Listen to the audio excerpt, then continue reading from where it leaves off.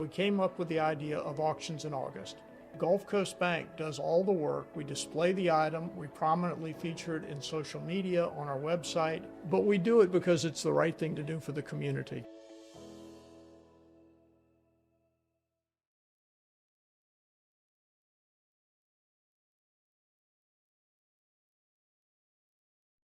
Sports Center.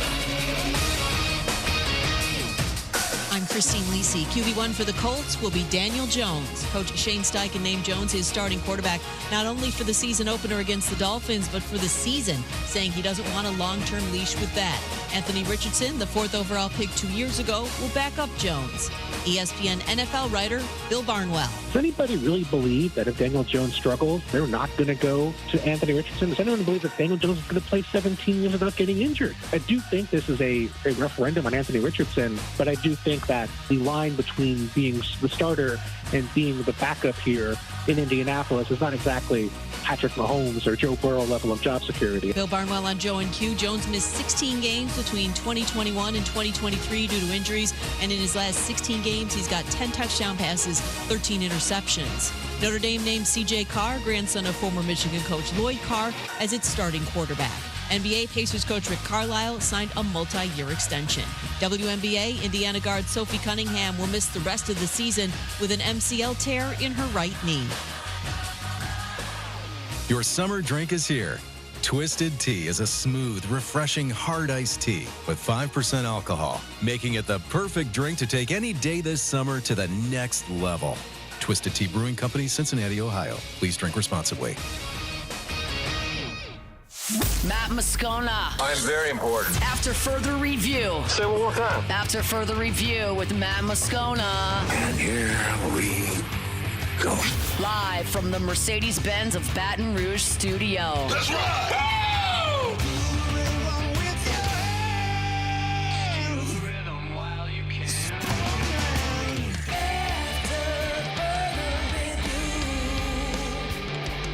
And off we go. Welcome aboard. Glad you're with us.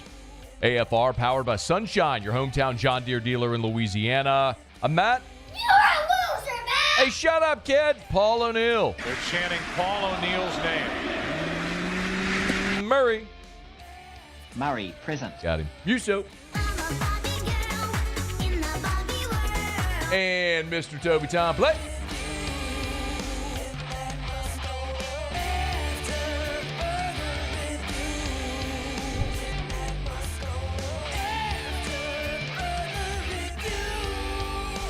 All right, we're here. Glad you are as well. Get out there and make it a good one.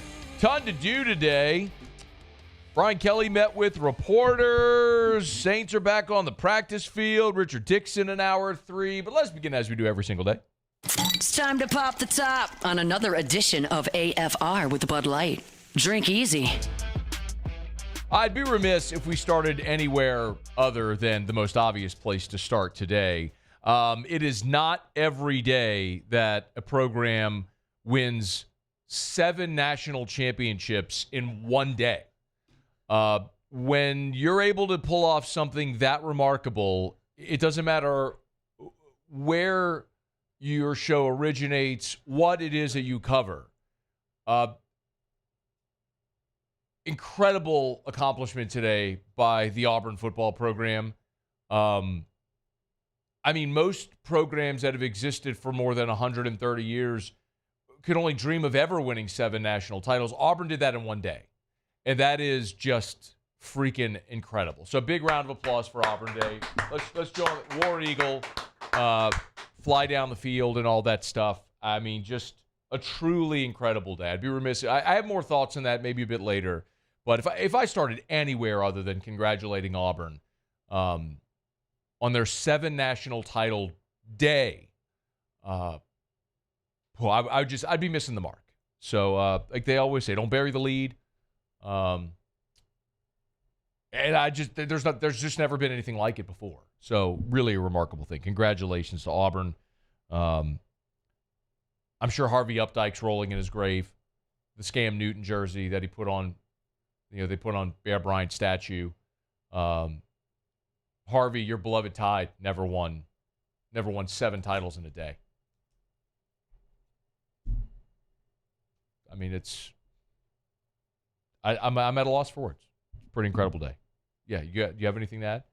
I can't imagine you would. You look like you were reaching for the mic. I'm speechless. Yeah. I mean, 7 in a day. 7 in one day. And 12 days before the season even starts, Insane. Matt. They're not even playing football. No.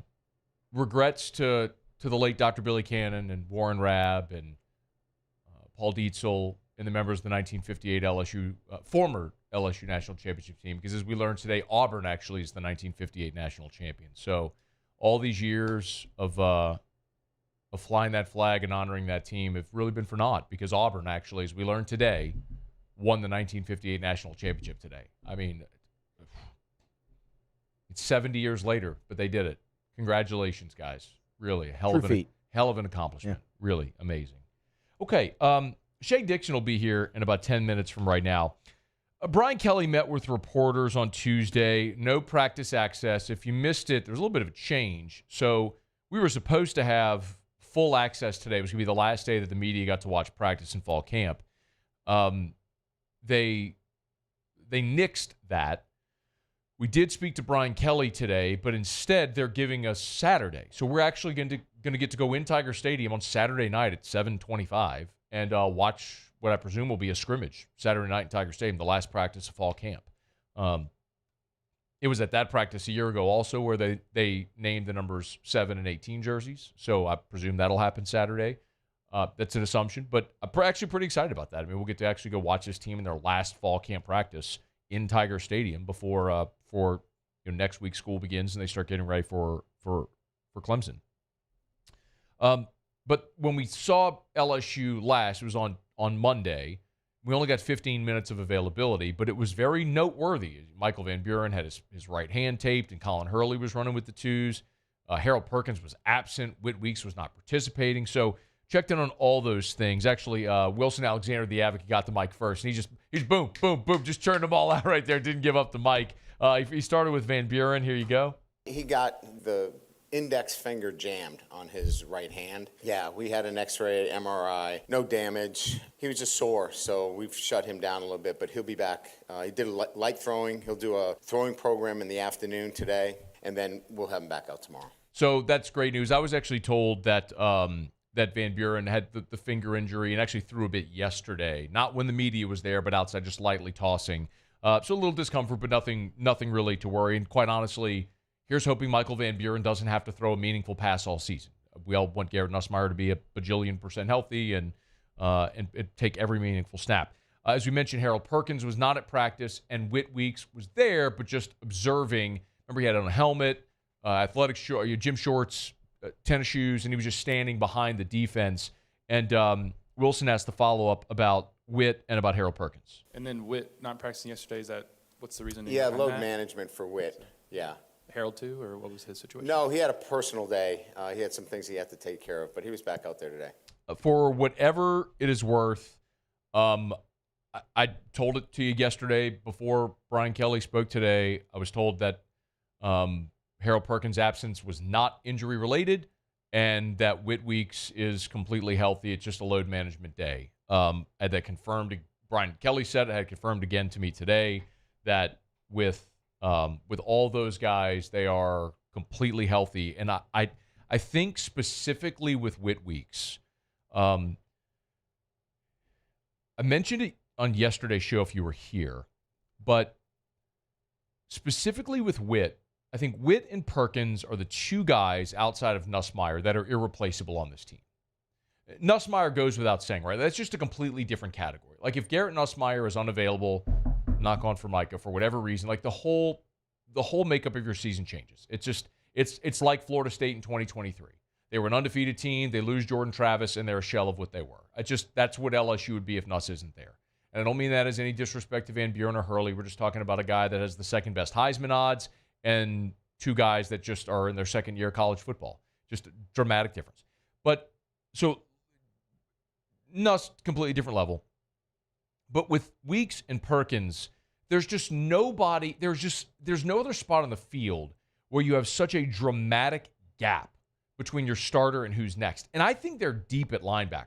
Like I really like Devon Keys, and we've seen tremendous growth from Tylen Singleton. There is so much to like there behind West Weeks. And then you look at Zach Weeks, who's an early enrollee and is bigger than both of his brothers already, and I think is going to be awesome. And looking at guys like C.J. Jimcoyle and Charles Ross and Keelan Moses, I mean, those freshman linebackers look awesome. So I think they have depth there and some talent, and they're going to be really good there for a long time. But if you take Whit Weeks off the field, who's a preseason AP All-American, and Devon Keys replaces him, that's just it's no disrespect to Devon Keys, but you're talking about going from an All-American to a second-year player. It's just a massive gap. And then same thing with Harold Perkins, where if Perkins comes off the field and you replace him with Jordan Gilbert, I mean, Gilbert was your lowest-rated starter on PFF a year ago. And I understand, I've said it a bunch, Gilbert was basically playing with one arm. But even at 100%, he's not Harold Perkins. And that's not a knock on Jordan Gilbert. It's just an acknowledgement of what Harold Perkins is physically, athletically, just a totally different level of gifted athlete. So in any event, man, that's all that to say, they're going to, like, Whit Weeks is never coming off the field. Like, do you understand?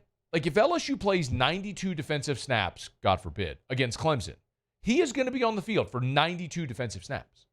So part of me understands it's like, what's Mike Detilier's old line we use all the time? Practice is for the unskilled.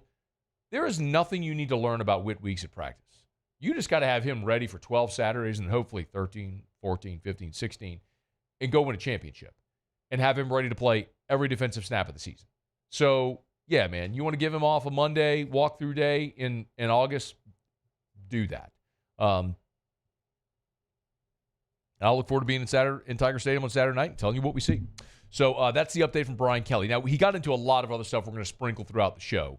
And most notably, what happened with the offensive line. Because I asked him about Karis Kern, who was running with the ones, and Brian Kelly effectively confirmed, yeah, I mean, they're giving Kern a shot to win the starting right tackle job. So we'll get to that coming up a little bit later. All right, it's After Further Review. Show Open every day is brought to you by Bud Light. Drink easy with the great taste of Bud Light, the official beer of the LSU Tigers. The new white Bud Light cans and bottles are there. Of course, LSU wears white jerseys at home. So as an ode, a hat tip to LSU's great home tradition, the Bud Light cans this year, the LSU officially licensed LSU Bud Light cans, are white with the gray and purple tiger stripes. You can't miss them anywhere. At great local retailers, find them. Drink easy with the great taste of Bud Light, the official beer of the LSU Tigers. You're going to be tailgating, home gating, whatever it may be. Make sure you got the officially licensed LSU Bud Light cans and aluminum bottles. They're out now at great local retailers. Drink easy with the great taste of Bud Light. Okay, y'all, it's After Further Review. We do have a ton to get to today. Knock out a quick break. Shea Dixon joins us every Tuesday. That's coming up next. We'll get a quick recruiting update from Shea, and we'll dive back into a ton more. Could LSU and Tulane be back? Dabo Sweeney spoke to reporters. The Saints are back on the practice field today. Could Taysom Hill's time in New Orleans be over? Possibly so. Got a lot to delve into, and glad you're here. It's AFR. After Further Review. If you're thinking about selling your home, call the realtor that sells more homes than anyone. You want to call Darren James. And we're counting down. We are counting down until the new agent225.com launches. I've told you forever, agent225.com, the most user-friendly website in real estate. And the new site set to go live any day now. You'll be able to check it out and navigate the new agent225.com at agent225.com. Remember, if you're buying or selling, trust Darren James. On the Wall Street Journal's list of the top 1% of realtors in America, Darren's earned that designation for a decade straight. Literally, there is no realtor in Louisiana that sells more homes, that gets to closing more often than Darren James. Find out why. You need to sell your home. You need Darren James. 335-7666 or agent225.com. Think real estate, think Darren James. We typically think of stress as being bad for us. At Our Lady of the Lake and LSU, we are researching how certain types of stress, such as exercise, can be good for our immune health. By studying people under extreme stress, such as athletes, astronauts, service members, and first responders, we're learning how to improve the immune health of everyone. That's the power of research. That's the impact of champions. Together, we roar. At Luba Workers' Comp, Our journey began over 30 years ago with a simple belief. Our clients come first. At Luva, our business has always been focused on people, not policies. Through every success and challenge, we've continued to grow because we've stayed true to our values, committed to providing you with genuine dependability. Because your well-being is more than a priority. It's our purpose.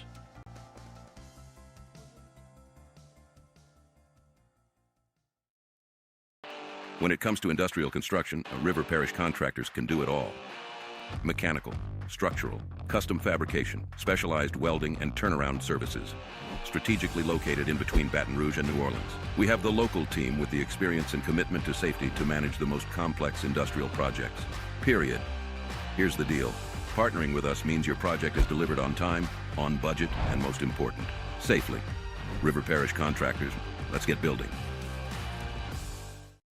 Bayou Chrysler Dodge Jeep Ram is taking $22,500 off MSRP on the brand new 2025 Ram 1500 Laramie with $22,500 off MSRP with a complimentary 7-year powertrain warranty that comes with all new Bayou Automotive vehicles. If you need sales or service, the crew at Bayou Automotive is going to do right by you.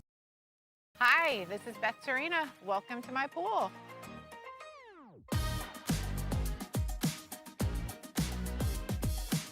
The first time I saw this beautiful pool, it exceeded every expectation that I had. They were able to get everything we wanted in this pool. It is a beautiful pool. We live out here, we eat out here, we watch TV out here. This is like our living room outside. We love this pool and everything about it. When we decided to build our pool, we called a great friend who is one of the best pool builders in the country in North Louisiana, and we said, who would you choose to build a pool in Baton Rouge?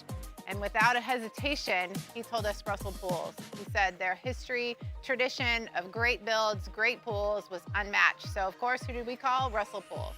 The advice I would give to anyone looking to build a pool is first call Russell Pools. They'll do an incredible job. It'll be incredibly organized. It'll be time efficient. And you will have your pool in no time.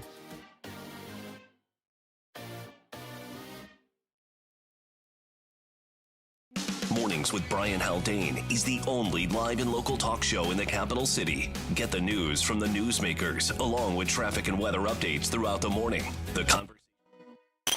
After further review, powered by Sunshine, your hometown John Deere dealer in Louisiana.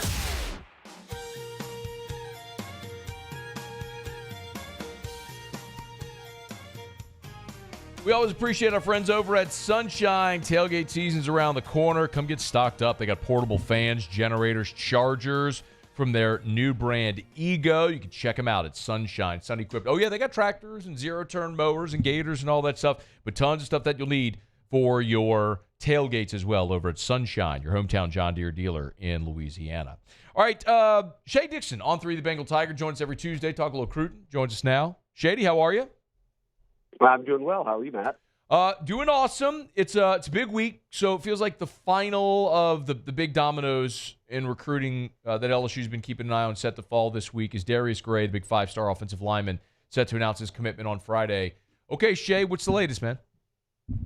Yeah, he's one of only 2 5-stars right now who remain uncommitted. So a lot of those dominoes dropping before everybody's senior season gets going. LSU's got multiple 5-star commits, one of only a handful of programs actually with that. So sort of all eyes are on Darius Gray now coming out of Virginia, the number 1 O-lineman, interior O-lineman in the Rivals industry rankings. And he's had offers coast to coast, Matt, but I mean, this one, I guess Clemson, Ohio State, Tennessee, they'll all have hats on the table, but it'll be LSU or South Carolina. And I think that going into the summer months, most people felt that, hey, look, if LSU can make a big splash here and close strong from there, they've got a real shot. And they had him to campus, official visit, all of that. I think everything checked all the boxes from, development on the O-line to seeing a top 5 pick on the O-line and Will Campbell to where NIL and rev share and all that would be for him against the South Carolina program. And Shane Beamer is sort of countered where they started, which is just buckling in and circling Gray as one of their top targets and recruits on the board. And I think as the dust settled, which for the first time, people have to remember, we're in a 2-month-long dead period. It's usually a month, and then they would have a weekend open where they would have the Bayou Splash and all those different events across the country for recruiting. That didn't happen this year. So all of these recruits now have not done any sort of in-person recruiting visits, meeting with coaches, going on 2 months now. And I just kind of feel like as the dust settles for an East Coast kid that staying home, having family, grandparents, everybody like that be able to make all of his games is an enticing piece for Gray in South Carolina. And again, look, anything can happen here. I'm still, 3 days out of Gray announcing. But if you're having to pick where he's going right now, I'd be leaning South Carolina, and I kind of get the feeling that a number of others who I've spoken with around the country are as well. Okay. When I look at the On3 or the Rivals prediction machine, LSU's at 51.5%, South Carolina's at 32.5%. I know I've asked you this before, but do you want to explain why those numbers are, like the significance of those numbers, especially if you're thinking South Carolina? Yeah, it goes sort of based off of visits made and then picks made. And right now, Chad Simmons and Steve Wolfbong, who both are pretty well-known names in the recruiting world for the past couple of decades.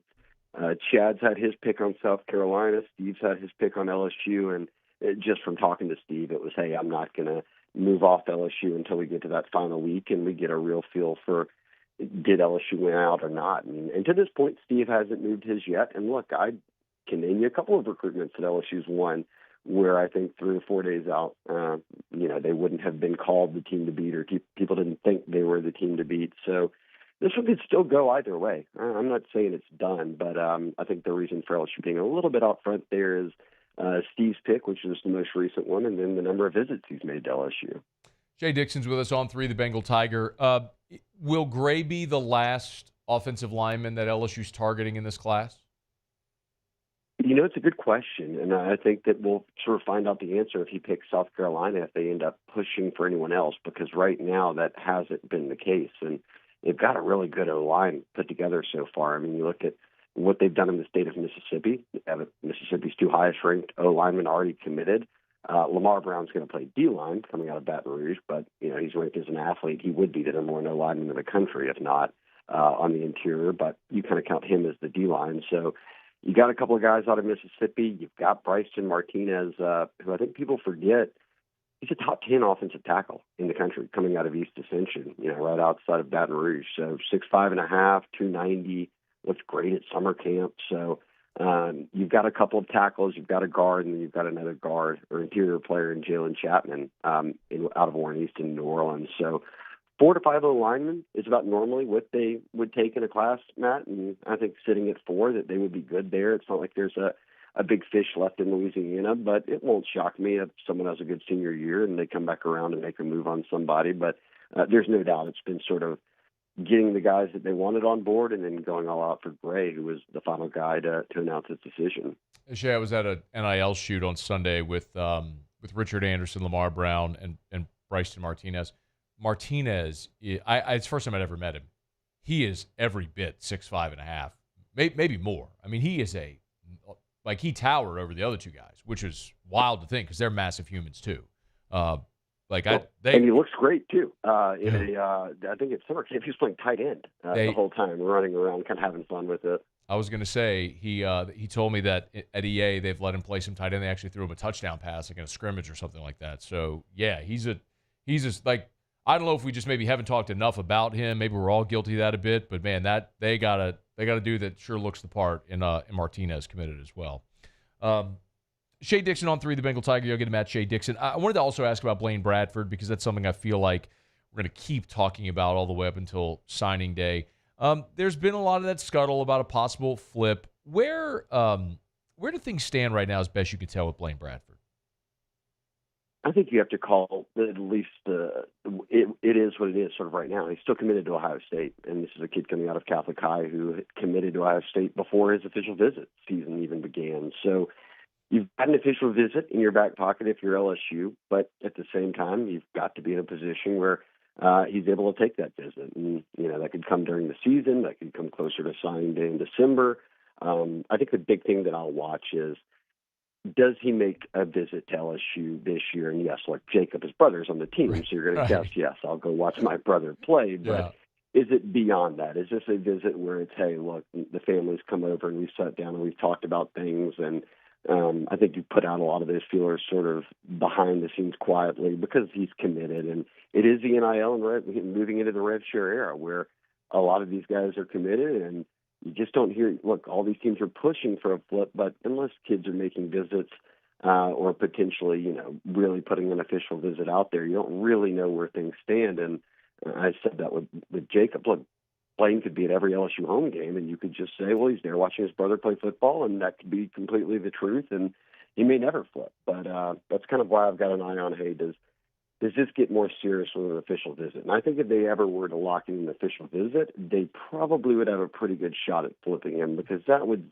seem that, hey, look, I am giving LSU a very real look now late in the process, as opposed to sticking with Ohio State, which I've been committed to before visits even began in the summertime. So I think right now it's sort of wait and see. And look, Blaine is one of the top, 2, 3 safeties in the country in all the rankings. At the same time, LSU's gone out there and put together a really good safety class. I mean, people are sleeping on the reality that Isaiah Washington, coming out of North Louisiana, is the top 150 prospect in the country, knocking on the door, being a top 100 player. And so is Dylan Purter, coming out of Alabama, who's sort of your coverage safety, as opposed to a guy like Aiden Hall, who's also committed out of Edna Carr, a top 10 safety who can be that in-the-box physical guy for you. So they've put together, between Jake Olson, Blake Baker, the work that defensive staff has done, a really nice 3-man class. And it was one of those things where you want to go all out for Blaine Bradford. You're not trying to lose a 5-star out of Baton Rouge, but at the same time, you're not trying to get, caught with no safeties in the class, and then you're in the portal and you're wondering, can you rely on all the other guys? And I think they've approached this the right way, to where it's, hey, look, Blaine will take you. We could set everything up for you to be one of the top guys in the class if you want in, but if not, again, you're not left with nothing there, and you've reeled in 3 pretty good safeties. Shea, before you go, you mentioned the 2-month-long dead period. If I'm not mistaken, the dead period doesn't lift until September the 1st, which means it'd be after the Clemson game. What does that mean for the calendar? And am I right on that? Would Clemson not be able to host people for the LSU game if it's still a dead period? Yeah, you're correct about the date, and then and how it's, they change these rules every year. But how it's been written every year when it ends on September 1st is you can't have anyone on campus until September 1st unless you host a game before that date. So week 0 teams coming up here, and then obviously that slate of games on the 30th, that Saturday, all those teams will be able to host kids for that game. Can you imagine how much that would suck? Like, if you're Clemson, you're hosting an empty stadium. Yeah, right. Who cares about these fans? What are the recruits? Shea Dixon on through the Bengal Tiger. Thanks, man. We appreciate it. Okay, Matt. I'll talk to you next week. All right, be well. It's After Further Review. We're brought to you by South Point Volkswagen, southpointvw.com. New certified pre-owned in Baton Rouge and online at southpointvw.com. They're the best. Get on by, shop all the deals over at southpointvw.com. New or certified pre-owned. You can work out your financing online as well. Hey, and look, if you go to the inventory section, when you click new or used and you see the little drop down, it'll show you all of the inventory. If it's on the lot, it's online. And the photos there, they're not stock factory photos. They're photos of the actual vehicle there at South Point Volkswagen, with the price and the breakdown and all the different features of each vehicle there. It's all there. Listen, the average car buyer visits 1.2 dealerships now before making a purchase, because everybody shops online. So shop online. southpointvw.com, southpointvw.com for South Point Volkswagen. What's your direction? All right, y'all, glad you're hanging out with us here on this Tuesday edition of AFR, powered by Sunshine, your hometown John Deere dealer in Louisiana. Love Tuesdays, man. The studio is just painted green in here for the John Deere tractor. We'll knock out a quick break. We'll go around the SEC. An honor for DJ Pickett, and the preseason coaches All-SEC team was just announced. 7 Tigers were on it. We'll tell you who when we come back. We're glad you're hanging out with us here on this Tuesday edition of AFR. AFR. Action Industries is a proud partner of LSU Athletics. They're fond of saying innovation in action. They've been around since 1982, as long as I've been alive. And look, if you need a industrial contractor, you can trust Action Industries, because they've been around since 1982, and they do fantastic work. I mean, you know this. you don't get hired to do work inside the fence if you don't have an exemplary safety record. And so in these companies, these contractors rely on repeat business. And so if you're not doing exceptional work, you're not getting hired again. When you've been around for 43 years, obviously you do great work. That's Action Industries. Give them a call if you're looking for someone to bid your turnaround. Obviously still a few more months here in turnaround season, really through October. So if you have a turnaround coming up, you know you'll have a turnaround coming up. You're looking for someone to bid that turnaround job. Remember, the Advanced Turnaround Group, a subsidiary of Action Industries, they'd love to help you out. Action Industries, innovation in action. Gulf Coast Bank and Trust is giving our customers the power to bank anywhere, anytime during this challenging event. And we're right there with you. Our mobile banking app is a smart way to manage your money and time. Gulf Coast Bank and Trust, the bank that cares about you. At Bayou Automotive, we believe in a sales process that puts you first. We want you to experience an easy purchase with clear pricing and great service. Let Bayou Ford and Bayou Chrysler Dodge Jeep Ram be your trusted partners in finding your perfect vehicle. The crew at Bayou Automotive is going to do right by you. Today, we are shaping tomorrow. We are researching how extreme stress impacts the immune system, from trauma victims to athletes and even astronauts. Our work is leading the way in sepsis treatment, saving countless lives. We're unlocking the mind with music in exciting new ways. Our Lady of the Lake Health and LSU are improving the health of our state. That's the impact of champions. Imagine the impact we'll have on the future. Together, we roar. These are the luckiest ice cubes in the world. They could have been a thankless bed for an all-you-can-eat salad bar. But instead, they've been called upon to cradle and cool a crisp, refreshing Dos Equis. Looks like the lucky just got luckier. Dos Equis. ED, low T, or simply seeking to optimize your health and performance? Goodwood Men's Sexual Wellness offers a range of discreet services to address your specific needs. We empower men to reclaim their health and confidence. Visit yourgoodwood.com. At Auctioner, we know healing is a team sport. That's why we've partnered with world-renowned orthopedic surgeon Dr. James Andrews to create the Auctioner Andrews Orthopedics and Sports Medicine Institute. Whether you're a professional athlete or a weekend warrior, our team of specialists are dedicated to getting you back in the game. So whatever your reasons are for reaching your personal best, we've only got one. You. Auctioner Andrews Institute. Long live you. We came up with the idea of auctions in August.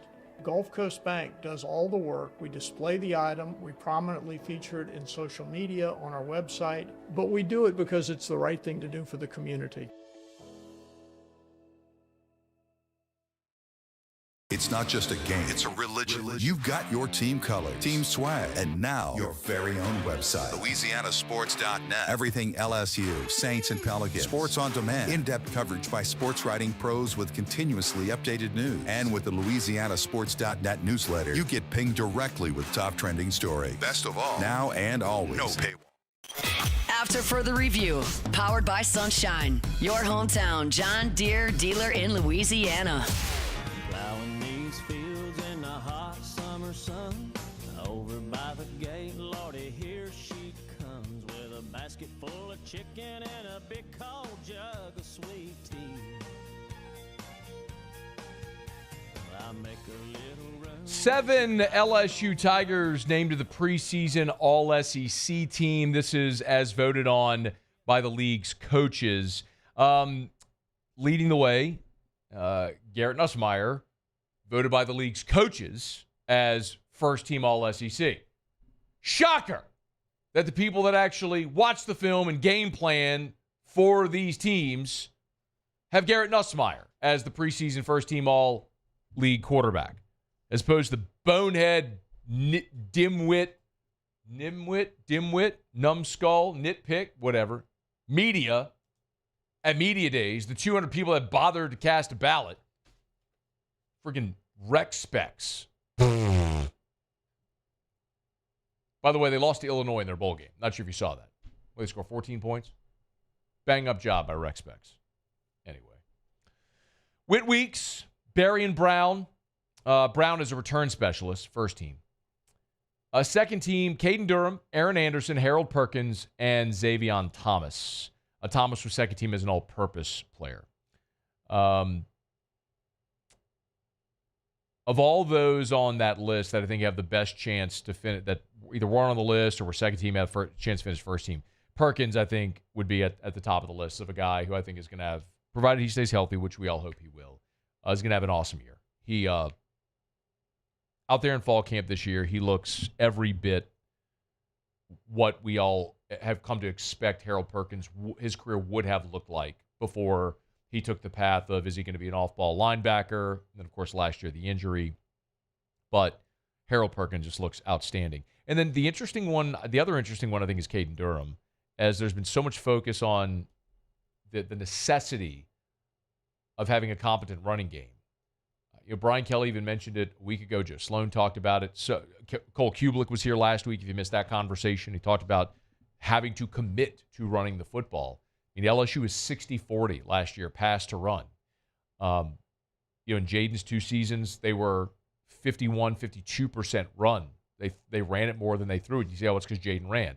And that's true. And I'm not saying you have to run it more than you throw it, but you got to be closer to 50-50. In Joe Burrow's year, they were 51, 52% pass.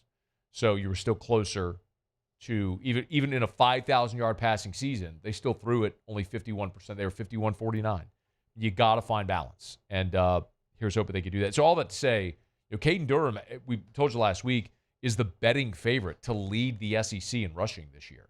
And it kind of makes sense. Like I believe that Texas A&M is going to lead the conference in rushing, but they've got 3 running backs and a quarterback that can run the football. So I just think you may not have the one guy that pops a 1,300, 1,400-yard season, but you may have an 800-yard rusher, a 750-yard rusher, a 500-yard rusher, and a 450-yard rusher, all in that backfield at Texas A&M. So, if Caden Durham goes for 1,100, 1,200 yards, he may end up leading the conference in rushing, which could put him there at the top of that list. So, just worth filing away. Their 7 Tigers earned preseason all-conference honors. All right, it's after further review. We'll go around the SEC in just a second. We're brought to you by the Williamson Eye Center. School's starting. A lot of kiddos have already had back to school. Parents, if you've not yet brought your child or your children for their annual eye exam, let this be your reminder. There's 8 locations of the Williamson Eye Center all over Greater Baton Rouge.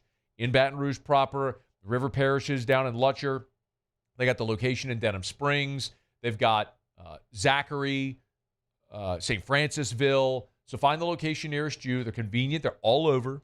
Find the location nearest you. A Bluebonnet, Connells Park.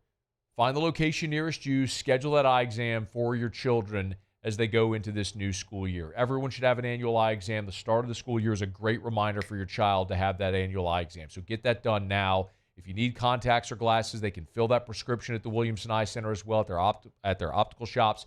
And as we always say, if you want to ditch the contacts and glasses forever, they have refractive procedures for any refractive issue. Just go for that consultation at the Williamson Eye Center. Go see Dr. Blake Williamson. Have that conversation. 924-2020, 924-2020, or williamsoneye.com. Okay, do it every day about this time. Let's go around the SEC. Around the SEC, bringing you the biggest news from the nation's best conference, the Florida Gators. Well, a collective sigh of relief out of Gainesville as DJ Lagway, for the first time in fall camp, took team reps on Monday. Ever since they began preparation for their season opener, Lagway, who's been battling a lower leg injury in addition to the shoulder injury that kept him out for spring, had not been participating.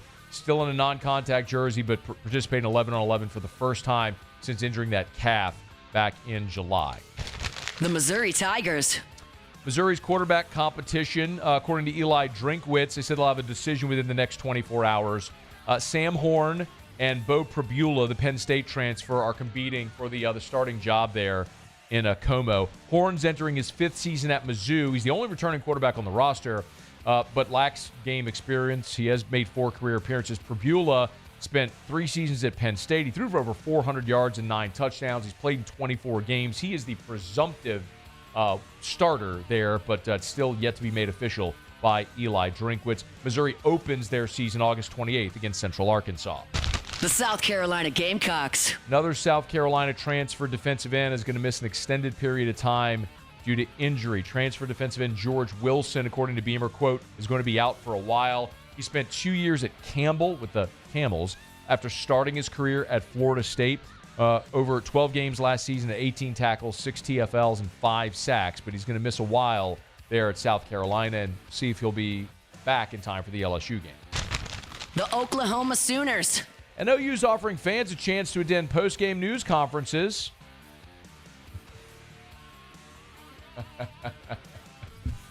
They're calling it Sooner Magic Memories. And for, depending on the game, you can buy a pass into the post-game media session. The cost for 2 people after the Michigan game, for example, is $692.11.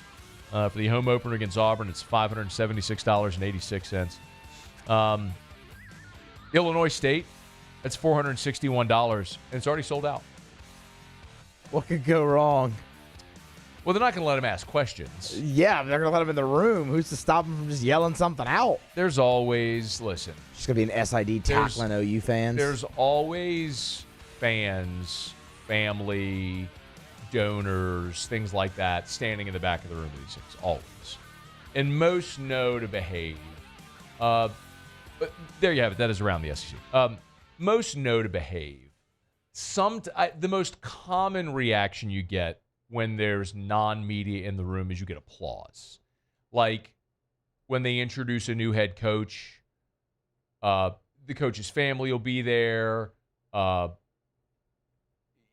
if it's someone who has ties to the program, like maybe you'll have your benefactors, whatever, and there'll be applause when the new coach is introduced. Like that happens. I'm just sitting here going, all right, Oklahoma plays Michigan on September the 6th. If they lose that game and fans have bought tickets to go in the post-game press conference and Brent Venables walks up there, I mean, you're going to get some Cajun Cannon-ish, like Les Miles post-game. My only thing is, like, you would think it would be, like, well-to-do donors that would know bad. Not to say that well-to-do donors don't misbehave. Of course they do. I mean, there's, remember Matt Ishbia, the owner of the Suns, who, like, was tangling with Nikola Jokic on the sideline of the game? Like, they're rich idiots. I mean, there's no doubt. But I think what you want to avoid is, like, the fan who's been drinking beers since 7 a.m. is sitting in 632 that stumbles into the post-game press conference and wants to give everybody a piece of his mind. Like, that's what you need to avoid. The post-game show caller getting in there. Like, that's what you're trying to avoid. Yeah, I'm live. Yeah. Let that guy in there. Oh, God. I think we should make that happen, actually. I'd have loved to have seen that with Dennis Allen. Oh, that would have been great. But I think most people are just going to be really disappointed if you spend money to go do this. The one thing I would say that might be cool is just for some, like, you do get to go into a part of the stadium that you'd otherwise probably never get to go into. And so there is some novelty to that. But I assure you, if you think there's something cool about sitting in a press conference, there really isn't. It's just, aside of the novelty of sitting in that whatever room that is for the first time ever, I think you'd be really disappointed. I'm trying to think of something that it's a work environment. I'm trying to think of something in life that people build up in their minds. Help me with this. Something in regular people, just not that media is not right, just in everyday life that anyone can experience, that we build up and that it ends up not being as big a deal as we built it up in our mind. That's give me some text me or tweet me. Give me some examples, and I'll tell you if it correlates. I know there's this is not a great example, but like LASIK I just did the Williamson read. For a lot of years, I didn't have LASIK because I was scared of the laser. It was such a non-thing. I built that up in my brain like this was going to be such a big deal. It was such a non-thing at all. But I'm curious what people might throw out there. Anyway, don't spend money to be in the post-game press conference. I guess I also look at it and go, hey, Oklahoma, if you're going to make an average of, say, $600 on 7 home games, $4,500, let's call it $5,000. You're going to make $5,000 over the course of a season doing this? I mean, I don't know how many tickets they're selling, but let's say it's $50,000. Is it worth it? Is it worth it for the potential risk? The potential risk of what could go wrong in there? No. Save your money. Buy a flat screen TV. Buy a ticket to a different game. Buy anything other than a pass to a press conference. Just trust me. Save your money. All right, it's after further review. We're glad you're hanging out with us here. We'll knock out a quick break. I do want to get to, let's see, in 16 minutes, could Taysom Hill be done in New Orleans? We'll talk about that. Ross Jackson will be here in less than an hour.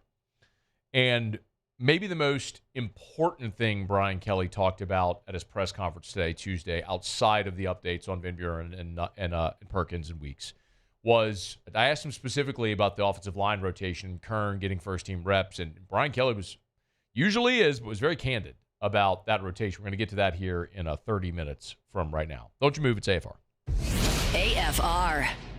We're brought to you by River City's 1 Hour Air, where they're always on time or you don't pay a dime. 752-0001, 752-0001, 752-0001, or 1hourbr.com. You see them all over town because your friends and neighbors trust River City's 1 Hour Air the same way that I did.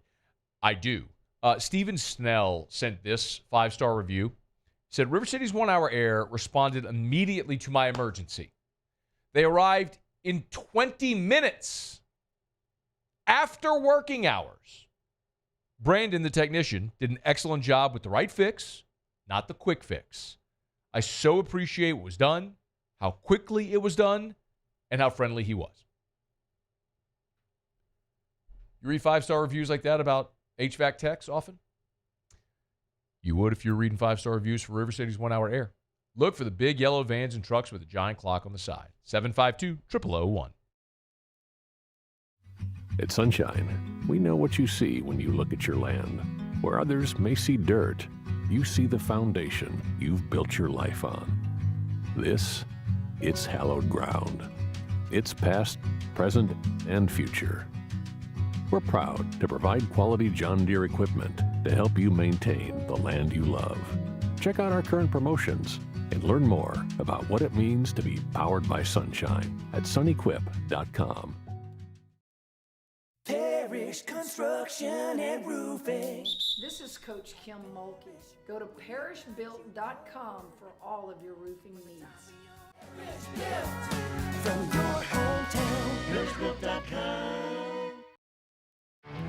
There it is, the extra mile, on the border of expected and extraordinary for those willing to go further, like vans customized for work or play, with safety and tech to keep you connected, supported by a 5-star sales, service, and finance team, and backed by the 1-star you know. So go the extra mile. It's never crowded, because so few have what it takes to go there. Mercedes-Benz Vans. These ice cubes could have been a thankless bed for an all-you-can-eat salad bar. But instead, they cradle and cool the crisp, refreshing Dos Equis. Nicely done, ice cubes. Baton Rouge is home for real rock. It's Eagle 98.1. Foo Fighters. Led Zeppelin. AC/DC. Pearl Jam.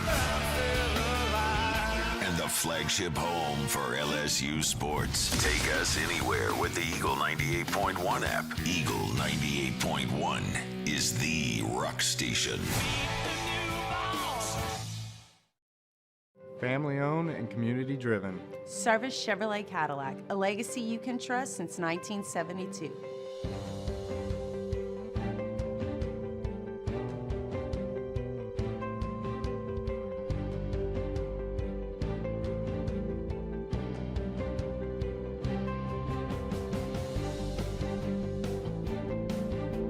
Service Chevrolet Cadillac, our family serving your family. For over 50 years.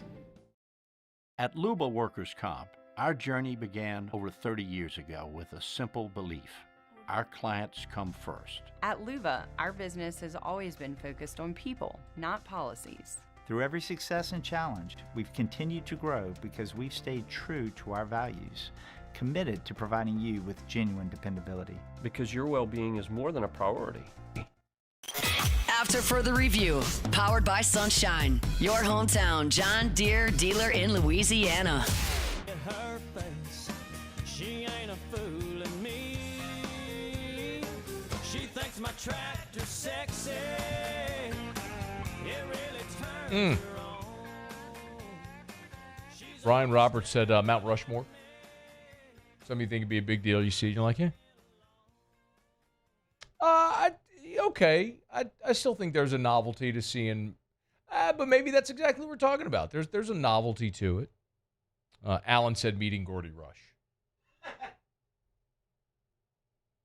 Does anybody get excited about meeting Gordy Rush? Yeah. I mean, why would anybody? The guy was a special teams player in the 80s and on crappy teams in the early 90s.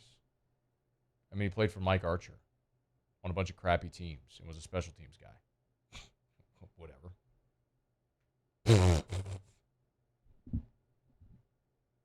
What am I missing?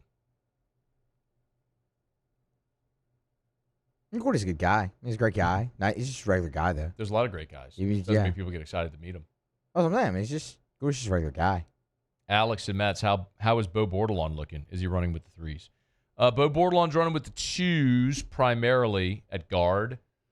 Do see him kick out and play tackle a little bit as well. But, yeah, I think it's less.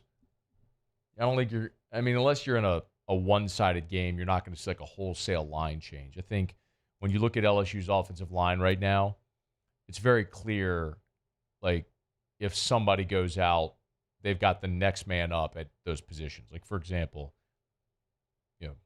God forbid, but if something happened to Braylon Moore and he had to come out. Let's say Braylon Moore lost a shoe and had to come out for a play. His helmet popped off and had to come out for a play. DJ Chester's going in at center.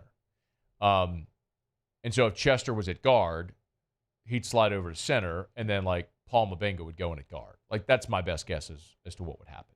And at either tackle spot, if it's Adams at left and Davis at right, I think your next tackle on either side is Kerry's Kern. As evidenced by what we saw here in the last 48 hours.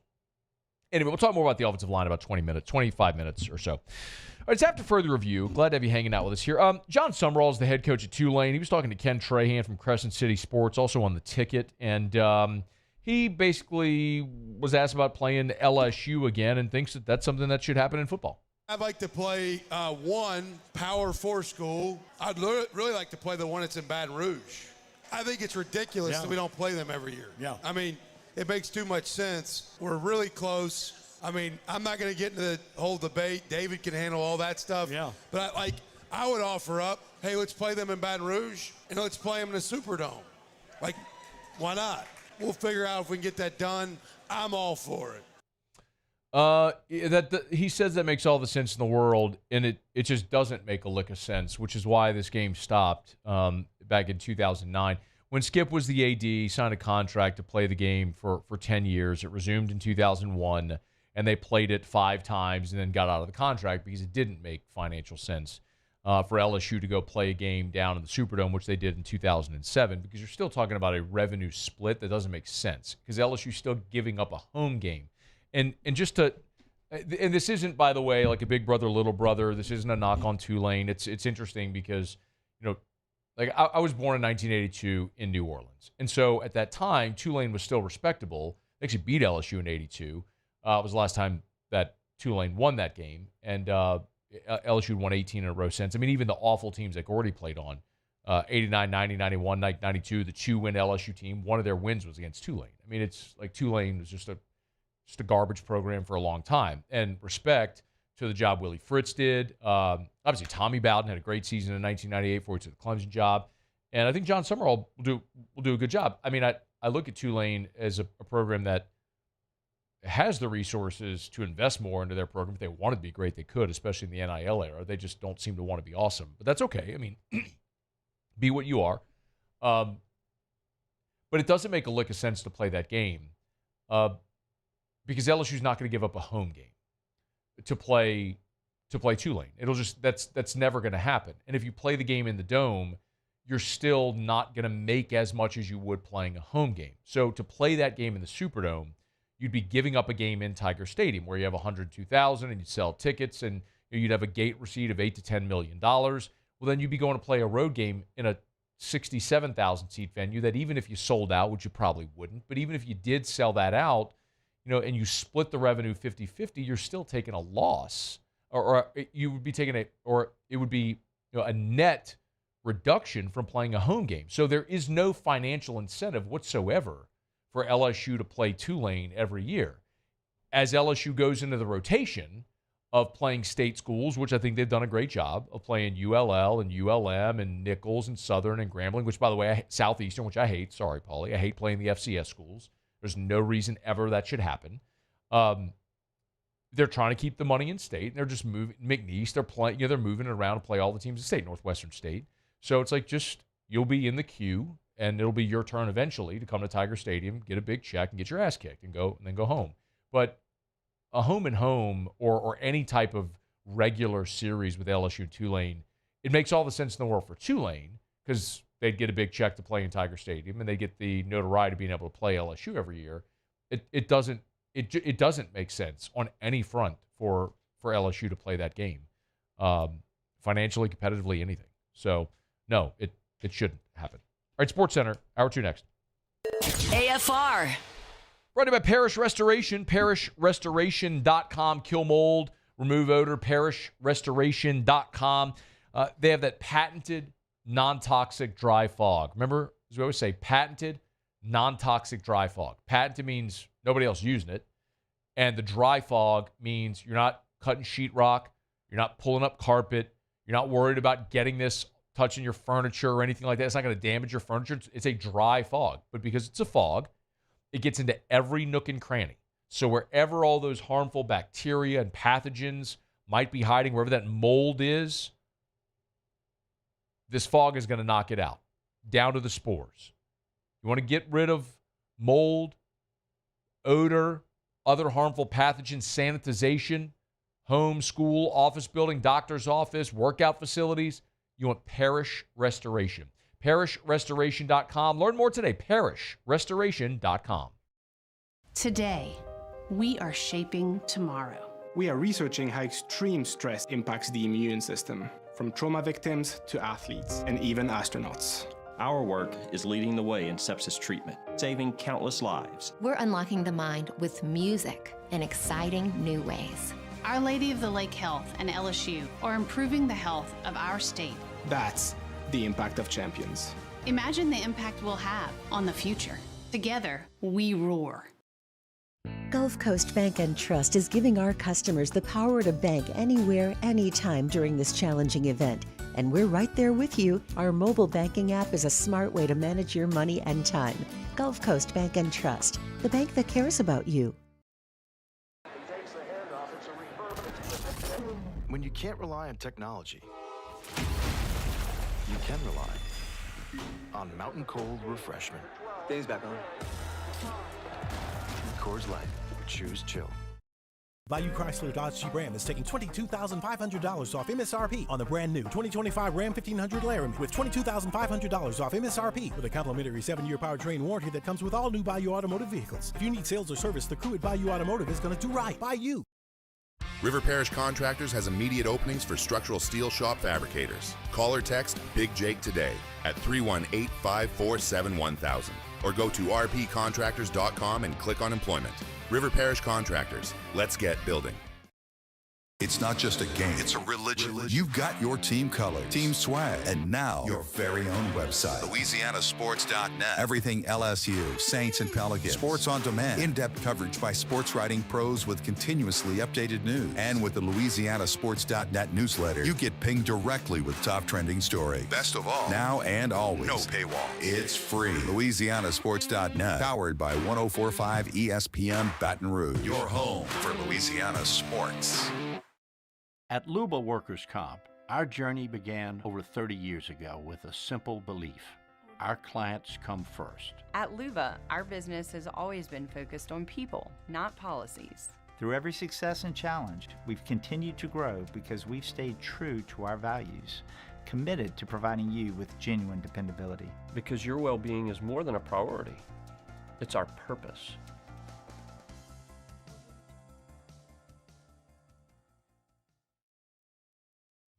At Sunshine, We know what you see when you look at your land.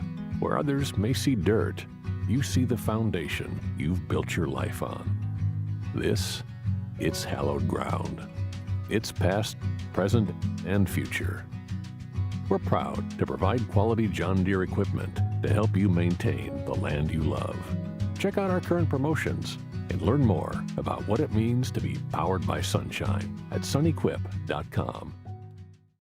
Men, age is just a number. Don't let it dictate how you feel. Goodwood Men's Sexual Wellness has anti-aging services. This is SportsCenter.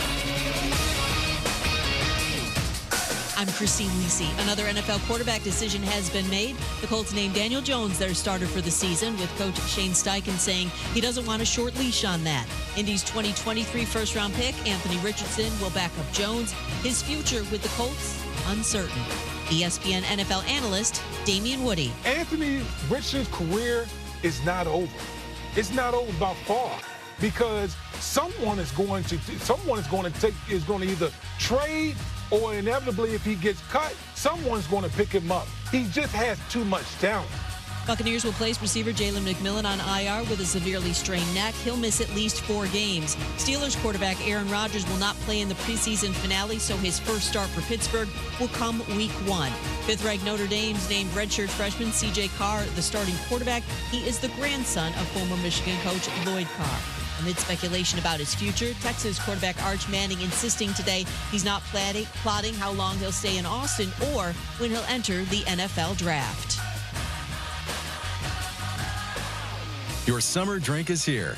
Twisted Tea is a smooth, refreshing, hard iced tea with 5% alcohol, making it the perfect drink to take any day this summer to the next level. Twisted Tea Brewing Company, Cincinnati, Ohio. Please drink responsibly.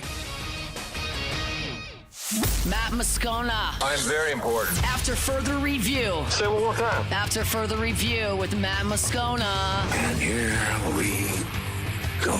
Live from the Mercedes-Benz of Baton Rouge studio. Let's ride! Go!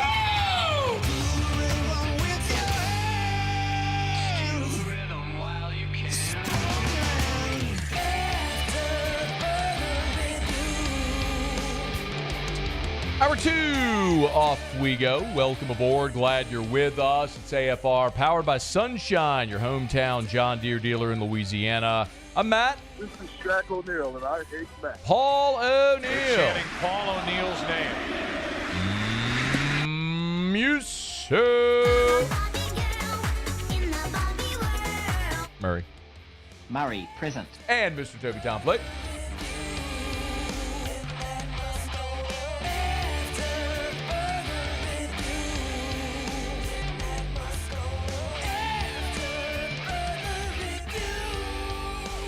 All right, we're here. Glad you are as well. Get out there and make it a good one. Ross Jackson, bottom of this hour. We'll get deeper into the LSU offensive line here in about 13 minutes from right now. And Brian Kelly met with reporters.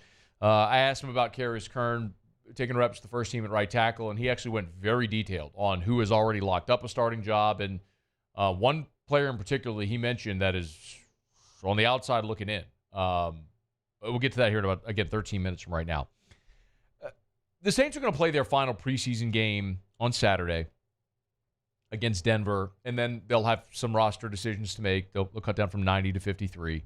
And we always say it won't be the final 53. It'll be the first 53, because then they'll look around the rest of the league and who got cut and what players they might be looking to add, what players they might stash from that first 90-man cut down and then be able to cut later and then re-sign it. There's always a lot of maneuvering that happens after that initial cut. But one name that Saints fans are going to certainly want to keep a close eye on is one of the most popular players in franchise history, and that's Taysom Hill. There's a piece up at CBS Sports today.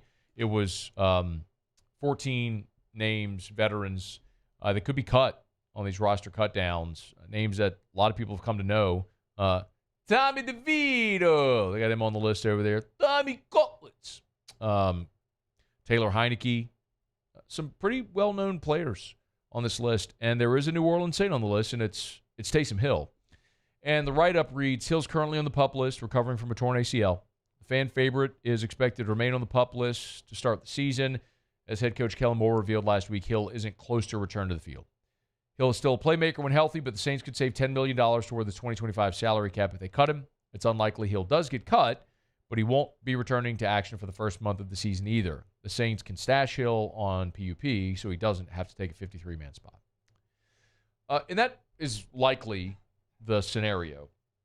So just kind of to spell it out, Taysom Hill's this is completely a question of Taysom's contract. And so let me spell this out for you, how it plays right now. So Taysom signed a 4-year, $40 million extension. He's in the final guaranteed year of that deal. The Saints can vote. When they restructured his deal, they kicked future monies into 2026 and 2027 that are voidable years. So the Saints could cut Taysom Hill right now, post-June 1, and save $10 million against the cap this year. The dead number on the books for next season is 9.7, and then in 2027, the dead number is 3.9. But again, those are voidable years, so that money goes away if they cut him. All that to say, this is probably Taysom Hill's last year as a New Orleans Saint. If Taysom Hill were on the Saints roster in 2026, it would be very likely on a 1-year veteran minimum deal. Like hypothetically, if he doesn't play this season, they might offer him a 1-year deal to come back in 2026 at a veteran minimum or a much lower rate. But there's just no way the New Orleans Saints are going to keep Taysom Hill in those voidable years in 26 and 27. So if he's back in 26, it's under a new deal at a much lower dollar amount. And I don't know if that's anything that this coaching staff is even interested in doing. So if you're going to be getting rid of Taysom Hill anyway, you could do it now and save $10 million against this year's cap. That doesn't mean you have to go spend that $10 million, but it would be available to you if the opportunity presented. As a hypothetical, there's been reports about some talk with Jameis Winston. Not of the Saints, but of teams calling the Giants interested in Jameis. Jackson Dart very likely is going to be the starter there. They've got Russell Wilson and Jameis. Well, teams that are in a little bit of a dire strait, could you bring in a veteran like that who could maybe, hold the rope for a bit? That's just a hypothetical. I'm not saying the Saints would do that, but that's a way to free up $10 million if you cut Taysom Hill. It would be an unceremonious end for Taysom, who's been one of the great stories in the history of the New Orleans Saints. A guy that was an oft-injured quarterback at BYU, goes to Green Bay. The Saints play a preseason game against Green Bay. Sean Payton takes notice. When the Packers cut him, Saints sign him to their 53-man active roster, and Taysom's slash role was created. And I've argued he belongs in the Pro Football Hall of Fame. And you may roll your eyes, but I've done this whole segment before. I normally wouldn't agree, but the modern voters just elected Devin Hester to the Pro Football Hall of Fame. Devin Hester was not a Hall of Famer as a receiver or as a runner. He's a Hall of Famer as a return specialist. He was the best in the history of the league to do this one thing. Well, so too is Taysom Hill. And the comp is Frank Gifford. Frank Gifford did this in the 1950s, what Taysom Hill does in the 1950s, and is a Pro Football Hall of Famer. So here you are 60 years later, and Taysom Hill is doing those things, and I believe has a very strong case, if Frank Gifford's in and Devin Hester's in, that Hill should be. So all that to say, over the course of his 8-year NFL career, he's going into year 9, Taysom Hill has been remarkable, but you're also talking about a guy because, of course, he went to BYU. He's a member of the Church of Latter-day Saints. He's a Mormon. He's 34 years old. Taysom Hill is going to be 35 on August the 23rd. So Saturday, Taysom Hill is going to be 35 years old on Saturday. I mean, you're talking about a 35-year-old coming off a devastating knee injury. Now, he keeps himself in fantastic shape, but you're still talking about a 35-year-old coming off a devastating knee injury. So who knows what Taysom might be capable of doing when he comes back. Who knows when he's going to come back. He suffered that injury at the beginning of December. And typically you're talking about, an 8 to 12-month recovery on an ACL, an injury like that. It was severe because it wasn't just an ACL for Taysom. So even on the front end, you'd be talking about September. More realistically, you're probably talking about October, November even if they activated him off of PUP after the first 4 weeks of the season, he'd probably still have to wait another month before he's actually active in a game. So you ask yourself the question, is it worth having Taysom Hill on your active roster on a team that's probably not going to be any good for the second half of the season? Or do you cut him and save $10 million? I mean, those are the types of questions that on a personal level sucks, because Taysom's been a fan favorite, the ultimate team guy. He's done everything they've asked, from play quarterback in a pinch to running back and blocked as a tight end to special teams and everything. He's been awesome. But you're running a business here, and ultimately you have to make a business decision. And the reality is, he's 35 years old. He's coming off a devastating knee injury. He's probably only going to be available for you at best for half of this season. And to be perfectly honest, with this coaching staff, a new head coach, a new offensive coordinator, who knows if they even have a role carved out for him and what they want to do offensively. Like, he's not a prototype tight end. He's Taysom Hill. And it would stand to reason that everybody could benefit from having Taysom Hill on their roster. But maybe not. I mean, Sean Payton did, and Pete Carmichael did. And last year, Taysom Hill was certainly there because he's still under contract and he had a large dollar amount on him. But that all changes now, and especially when you look to next year. So as much as it sucks to have this conversation, the sensible thing to do probably is to cut Taysom Hill and save the $10 million against your cap this year in 2025, because he's not going to be on the roster in 2026. Now, I don't think that's what they're going to do, because the Saints typically don't do that. They've largely tried to do right by players, especially players who have been great to them and loyal to them and great fan favorites and things of that nature. And I think they'll probably wait it out with Taysom Hill. But don't be surprised if this is one of those that goes that way. More than likely what will happen is he'll start the season on PUP, and that'll give him an opportunity to come back at some point this season. And he won't count against your initial 53. He'd only count against your 53 when you activated him off of PUP. But it's still probably not the right thing to do, short or long term, for an organization going through a transition. We'll see what happens with Taysom Hill as the Saints are nearing cutdown, as is every other NFL team. We're brought to you by Shaw Bills Tire and Auto Service, ShawBillsTire.com, with locations all over South Louisiana, ShawBillsTire.com. Remember, if you want to buy tires, or if you need to buy tires, let's be honest, nobody wants to buy tires. If you need to buy tires, you want to get the best tires at the cheapest price. Well, that's Shaw Bills. They'll sell you name brand tires at wholesale prices. They always work really hard to get you the best price possible. They guarantee it. Part of the Charlie's dozen. Buy tires at Shaw Bills. See those same tires advertised somewhere cheaper. They'll refund you 125% of the difference. It's Shaw Bills. Shaw Bills Tire and Auto Service. ShawBillsTire.com. ShawBillsTire.com. Ask about the Shaw Bills credit card. Shaw Bills, where we keep you rolling. All right, y'all, it's After Further Review, powered by Sunshine, your hometown John Deere dealer in Louisiana. Ross Jackson, about 18 minutes. I'll get his thoughts on the Taysom Hill conversation. And in 1 hour, we will talk to former LSU tight end Richard Dickson, as the Tigers are nearing the end of fall camp. It'll be game week next week, as Tigers are heading to Clemson a week from Saturday. Let me knock out a quick break. One thing we don't yet know is who the starting offensive line will be a week from Saturday when LSU takes on Clemson. And Brian Kelly was pretty honest and transparent about that when he met with reporters on Tuesday. You'll hear that next on AFR. AFR. All right, y'all. The Get Gordon Billboard contest is back. Entries are open to be received. Go to getgordon.com/billboards, getgordon.com/billboards, getgordon.com/billboards to get all the deets, or on any of their social media platforms. It's just at Get Gordon. You know the drill.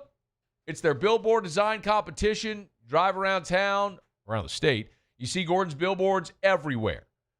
Get creative, design a billboard, and you can win up to $2,000 in prizes and a donation to a charity of your choice, and see your billboard, your artwork, all over town on billboards.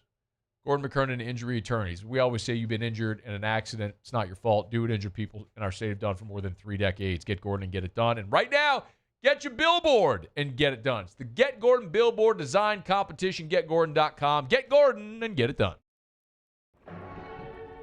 These are the luckiest ice cubes in the world. They could have been a thankless bed for an all-you-can-eat salad bar. But instead, they've been called upon to cradle and cool a crisp, refreshing Dos Equis. Looks like the lucky just got luckier. Dos Equis.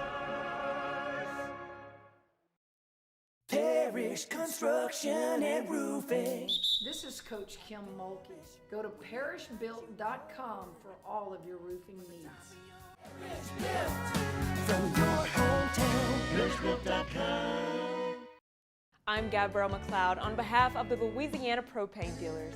I have spent hundreds of hours preparing for scholarship competitions.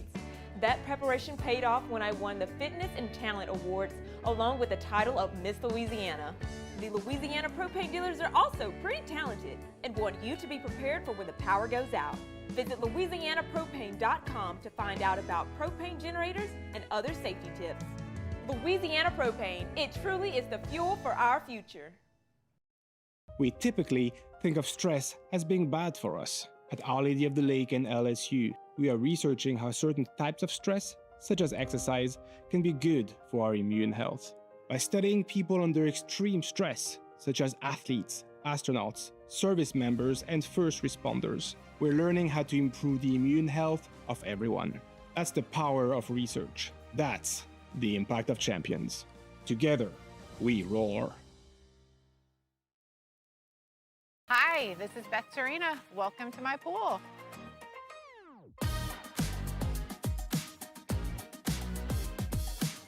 The first time I saw this beautiful pool, it exceeded every expectation that I had. They were able to get everything we wanted in this pool. It is a beautiful pool. We live out here, we eat out here, we watch TV out here. This is like our living room outside. We love this pool and everything about it. When we decided to build our pool, we called a great friend who is one of the best pool builders in the country in North Louisiana, and we said, who would you choose to build a pool in Baton Rouge? And without a hesitation, he told us Russell Pools. He said their history, tradition of great builds, great pools was unmatched. So of course, who did we call? Russell Pools. The advice I would give to anyone looking to build a pool is first call Russell Pools. They'll do an incredible job. It'll be incredibly organized. It'll be time efficient, and you will have your pool in no time.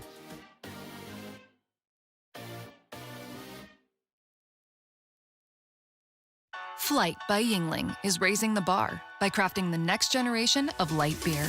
With only 2.6 carbs and 95 calories, this is premium refreshment. After further review, powered by Sunshine, your hometown John Deere dealer in Louisiana.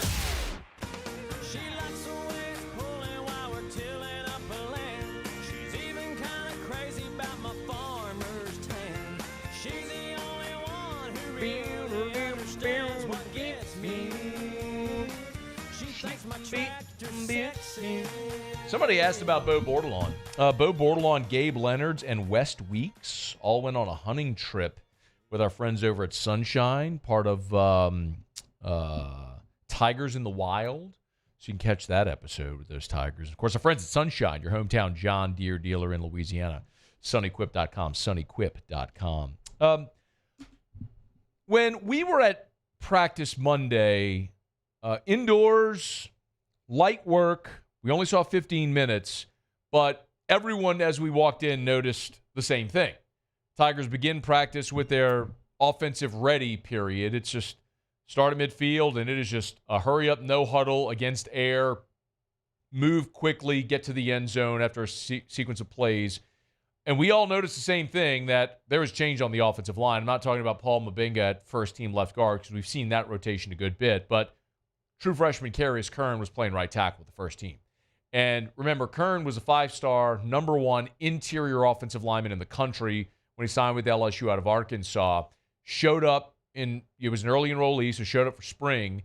And in spring was working almost exclusively as the second team left tackle, which is what we've seen him do almost exclusively throughout this fall camp, is back up Tyree Adams at left tackle. So color us all surprised when we go out there. You know, what are we at that point? 11 days from the season opener, and Carius Kern's running out there with the first team at right tackle. So we meet with Brian Kelly on Tuesday, and I asked him, what's up with that? You know, Tyree is going to be our starting left tackle. I think there's still a battle between Paul and Cohen Eccles, you know, for one of the guard positions. Justin has nailed down one of the guard positions. Braylon has nailed down the center. And I think there's still a battle for that next tackle position, which would be the right tackle. So we moved Karius over there to compete with Weston to see who's our best. And maybe it's both of them more than anything else. We wanted to see that maybe it's a combination or maybe it's one or the other. There wasn't enough competition there. We feel like Ori's coming along, but he wasn't there yet. So we wanted to create a little bit more competition at that right tackle position. There is a lot to unpack there. So from Brian Kelly's mouth, you have 3 starters that are locked in. Okay, so if you're trying to chart this and figure this out, Tyree Adams, your left tackle, Braylon Moore is your center, and he said Justin, but he meant Josh Thompson. Put it in the folder. And we literally have a folder here of, I'm not lying, we literally have a folder here of names that Brian Kelly's messed up. Who's the guy? Was it Greg Clayton the first year? Did they call it? Whatever. So yeah, whatever. I mean, we literally have a folder. So he meant Josh. So add it in the folder. Meant Josh Thompson's guard. Let me not get distracted. So Tyree Adams, left tackle. Braylon Moore, center. Josh Thompson at guard. 3 of your 5 are set. He said that Paul Mabenga and Cohen Eccles are battling for the other guard spot, and they just didn't have competition at right tackle behind Weston Davis. Now, in my opinion, and this is just my opinion, I've gone out to every media availability they've given us, and I do watch the offensive line a good bit. I think Weston Davis has been really good. I don't think it's one of those situations where, from what I've seen, again, I haven't seen everything the coaches have. From what I've seen, it hasn't been like egregious to where, man, you got to get someone else in there. But it's also true that you haven't rotated at right tackle. It's been Weston Davis out there. And so they're trying Kern out there to see if someone can push Weston Davis. Maybe just to see if you got a better option out there. Notice who he didn't mention, which is the other part of this that's super significant. He didn't mention DJ Chester. You lost 4 starters off of last year's offensive line that all were drafted in the NFL. The one guy returning, started all 13 games for you last year at center, is DJ Chester. And I know that was the weak link, but it's not necessarily because DJ Chester is a bad player. Remember, when DJ Chester signed with LSU in 2023, 24/7 rated him as the number 1 interior offensive lineman in the country. And he is a massive human. He's just not a center. He's a guard. By his own admission in spring, he said it. Like, he's more comfortable playing guard than center. Doesn't have to snap the football. You don't have to make the calls. You'd be a little more athletic, a little more read and react. You're less thinking about all the calls and everything. Well, it makes sense. That's okay. It's not a knock. It's just the reality. It's a hard thing to do to transition to play center. Braylon Moore's awesome at it. Great. You have the cornerstone right at the center of your line solidified. But I think Chester could be a really, really good guard, and he's started in 13 games. He's started at Florida. He started at Texas A&M. He started at Arkansas. He started that mob scene at home against Ole Miss. Like, he's been through the fire, and you would think opener going to Clemson with 80,000 people going bonkers, wouldn't you want someone who's done that 13 times already? Brian Kelly on why he omitted DJ Chester from that conversation. In some ways, it's a disservice to him because we got him playing center, guard. He's playing a little bit of right tackle. You know, he's competing for a starting position as well. But we can't put them all out there. So somebody's going to have to be in a rotational position, whether it's Paul or Cohen or DJ, Weston or Karius. Those are the guys that are all going to eventually play. I don't think you're just going to see 5 guys trotting out there every single play. I think you're going to see some other guys definitely getting in the game as well. And that last part is the thing that gives me tremendous pause. Because, look,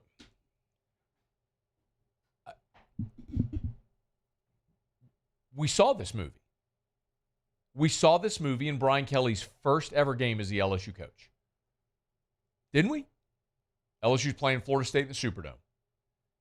And they go through fall camp, and they don't know. They got some really talented young guys. Freshman Will Campbell, freshman Emory Jones, transfer Miles Frazier. Garrett Dellinger played a lot of football. And trying to figure out who you had, where and what. And if you remember, the opener against Florida State, Garrett Dellinger started that game at center. And on the opening possession of the season, you're going right down the field, and you airmail a snap and cost yourself a shot at a touchdown in the game against Florida State. You end up kicking a field goal in that possession. Anyway, after that game, Garrett Dellinger, Charles Turner went in at center, Dellinger went to guard, and Dellinger never went back to center.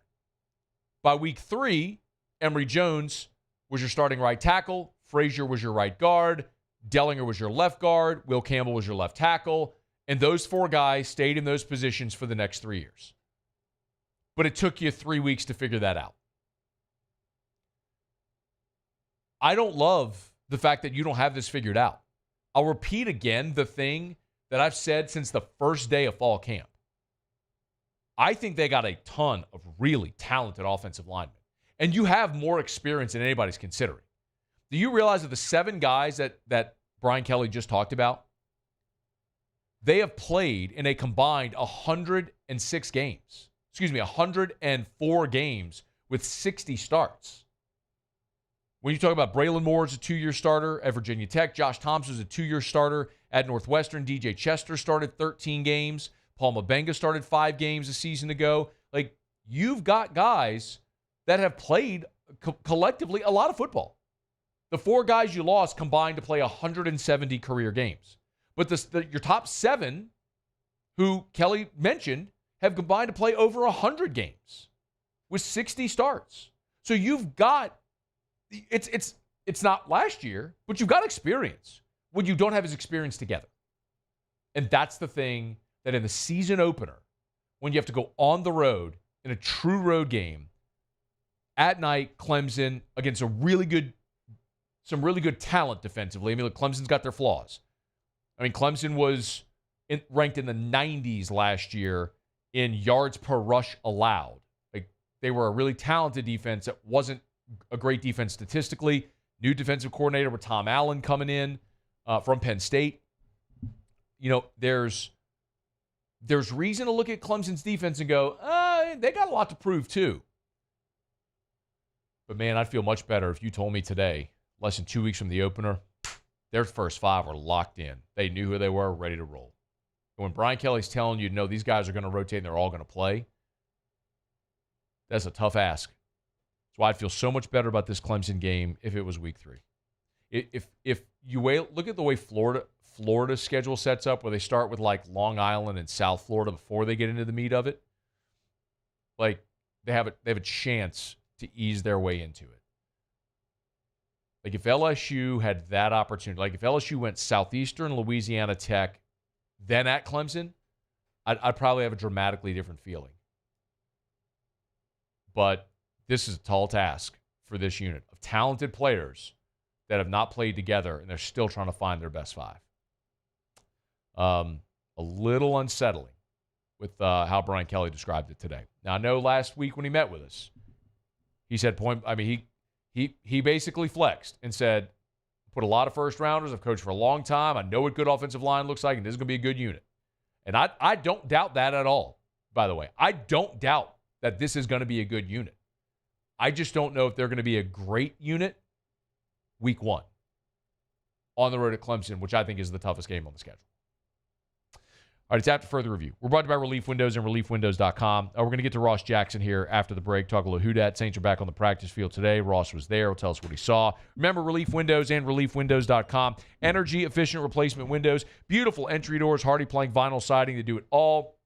Do it better than anyone. It's Relief Windows and ReliefWindows.com. Get on by the Relief Windows showroom. Airline Highway in Prairieville. If you're going south on Airline, you cross 42, look to the right, about a quarter mile. You can't miss it. It's Relief Windows and ReliefWindows.com. If you want energy-efficient replacement windows, beautiful entry doors, hardy plank vinyl siding, make your home more energy efficient, beautify the exterior of your home, increase your home's resale value, They do shutters as well.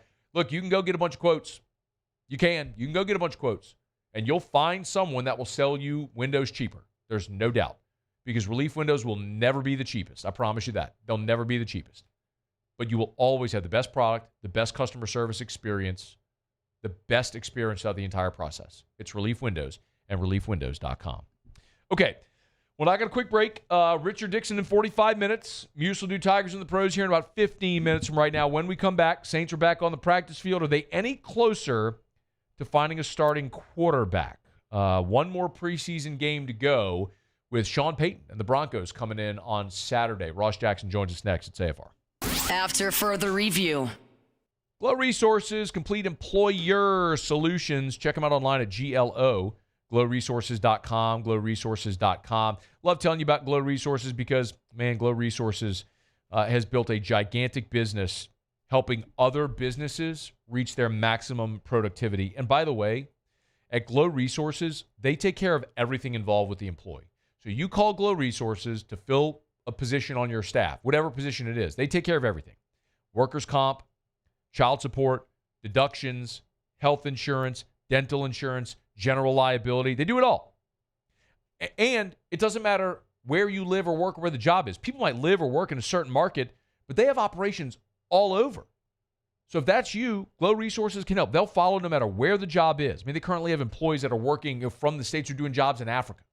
It's Glow Resources. Check them out online at GLO, glowresources.com. Glow Resources, complete employer solution.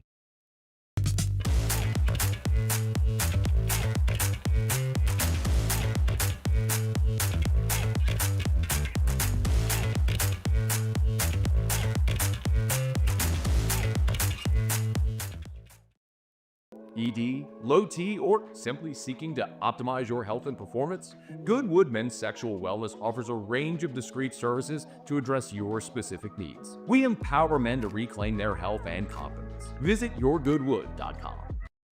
At Luba Workers' Comp, our journey began over 30 years ago with a simple belief: our clients come first. At Luba, our business has always been focused on people, not policies. Through every success and challenge, we've continued to grow because we've stayed true to our values, committed to providing you with genuine dependability. Because your well-being is more than a priority. It's our purpose.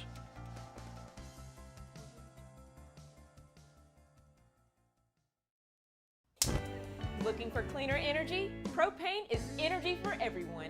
And when you're cooking with clean, affordable propane, you're cooking with gas. In the wintertime, nothing heats a home like Louisiana propane. And when you need hot water, propane's got you covered. Oh, and you won't regret that propane generator when the power goes out. I'm Miss Louisiana, Gabrielle McLeod, and to find more information and to find a propane dealer near you, visit louisianapropane.com.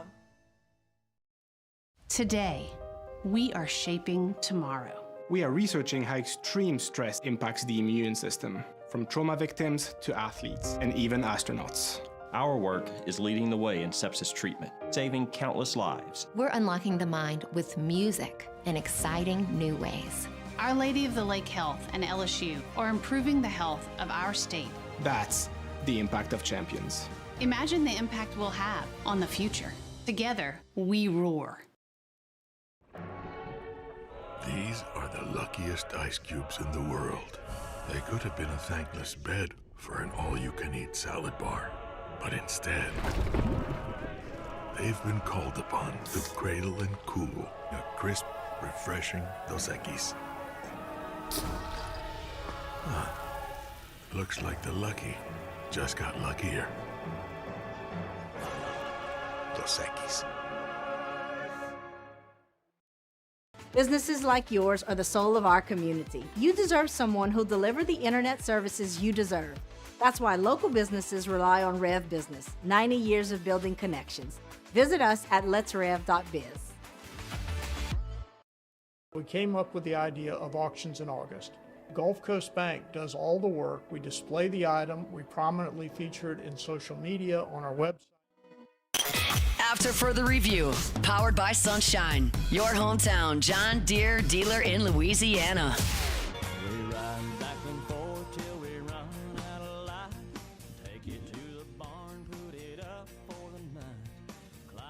Rolling along here on a Tuesday edition of AFR. We are powered by Sunshine, your hometown John Deere dealer in Louisiana. Newest location coming up on Pico. If you're driving down I-10, you pass Pico where they're making the new exit off of I-10. You can see the new Sunshine building going up right now. It's awesome. Can't wait for that thing to open up. I'll tell you more about it.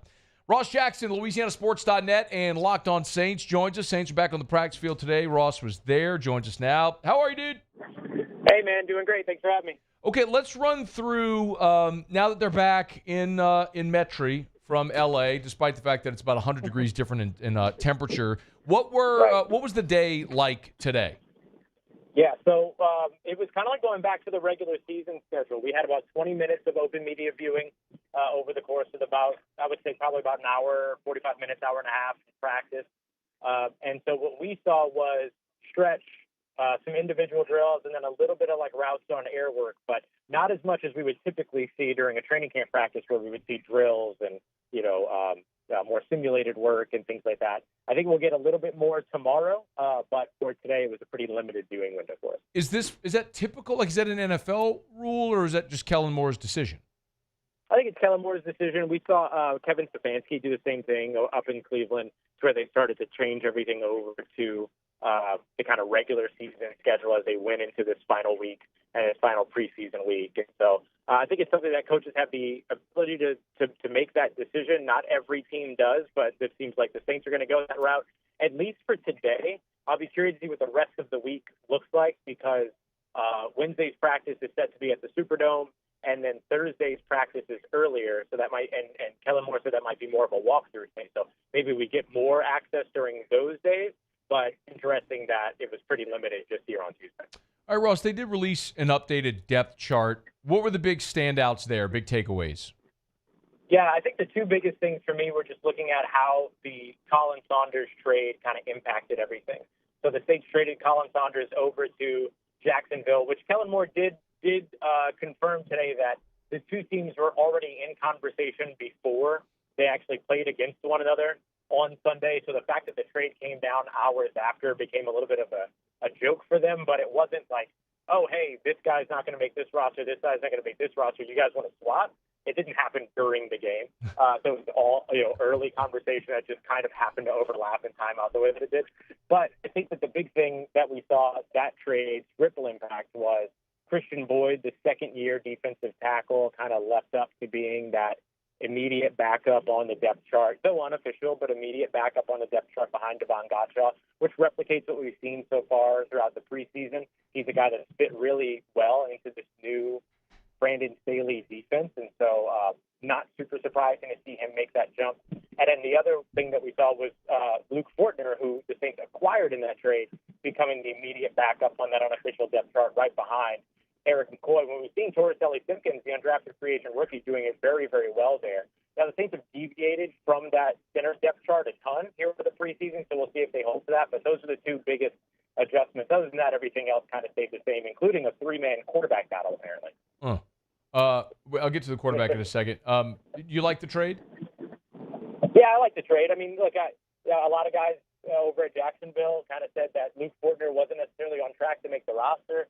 Here in New Orleans, it didn't feel like Colin Saunders was on track to make the roster. He was actually going to be off of my next 53-man roster projection over at LouisianaSports.net, which will come out later on this week. But, now I don't have to worry about it. He's not going to be on the team anyway. They traded him away. So now they basically said, okay, there's two guys here that might not make each of these rosters at positions where both teams have a lot of depth. So they swapped so that the teams got players where they didn't have a lot of depth. So now those guys have a better opportunity to make the rosters where they are. Ross Jackson's with us. He's on Twitter at Ross Jackson NOLA. Give him a follow there. Read him at LouisianaSports.net. Of course, you can listen or watch Locked On Saints. Okay, you mentioned quarterback, three-man battle. Actions speak louder than words. You can put Jake Haener on there, but he doesn't play in either the preseason game or the second preseason game. We know what it is. So what do you think, Ross, is the probability of Haener making the 53 or cutting him and trying to re-sign him back to the practice squad? I think there's a good chance that he still makes it. If you cut him, he goes to waivers, and so there's a chance that other teams might be interested there, especially with kind of the confidence and the smarts that he brings to the position. He has a lot of value in any quarterback room, even though he might not see a field. He still has a lot of value in any of those quarterback rooms. So I wouldn't wouldn't be shocked to see the Saints keep all three on the roster. Kellen Moore's offense with the Philadelphia Eagles last year kept three quarterbacks on the roster. It's not an uncharacteristic thing to do in the NFL now. So I think there's a good chance that he still makes the roster and that they keep him around. I think Kellen Moore is kind of preempting that too with his, consistently making sure that everybody includes Jake Haener in the quarterback conversation. We know better, but I think that he's doing the right thing in terms of making sure that all three guys that are likely to make his roster in 2025, feel a little bit of that support from him. And so all signs kind of point to me, him still making the roster. Although, with a guy like Hunter Deckers, who they also really, really like there's a lot of ifs, ands, and buts that could happen from that. But I think as of right now, I still have Jake Haener on the roster. Eros, we were having the conversation. Another one is about Taysom. They, of course, could save $10 million if they cut him this year. And he's he certainly will start the season on PUP, and remains to be seen if he'd be available at any point this season. Thought on what they do with Taysom? Yeah, I think for the most part, it's just that they keep him on PUP and they see if there's an opportunity to get him on the field at any point on the season. They seem pretty confident that he can get on the field at some point during the year. It just doesn't sound like that's going to be right away. I mean, Kellen Moore said something to the effect of, and I'm paraphrasing, but he said something to the effect of that, he and Foster Morrow, for instance, both guys not close to seeing the field anytime soon. And so I think for both of them, starting on an injury list going into the year and kind of revisiting things later on in the season make a lot of sense.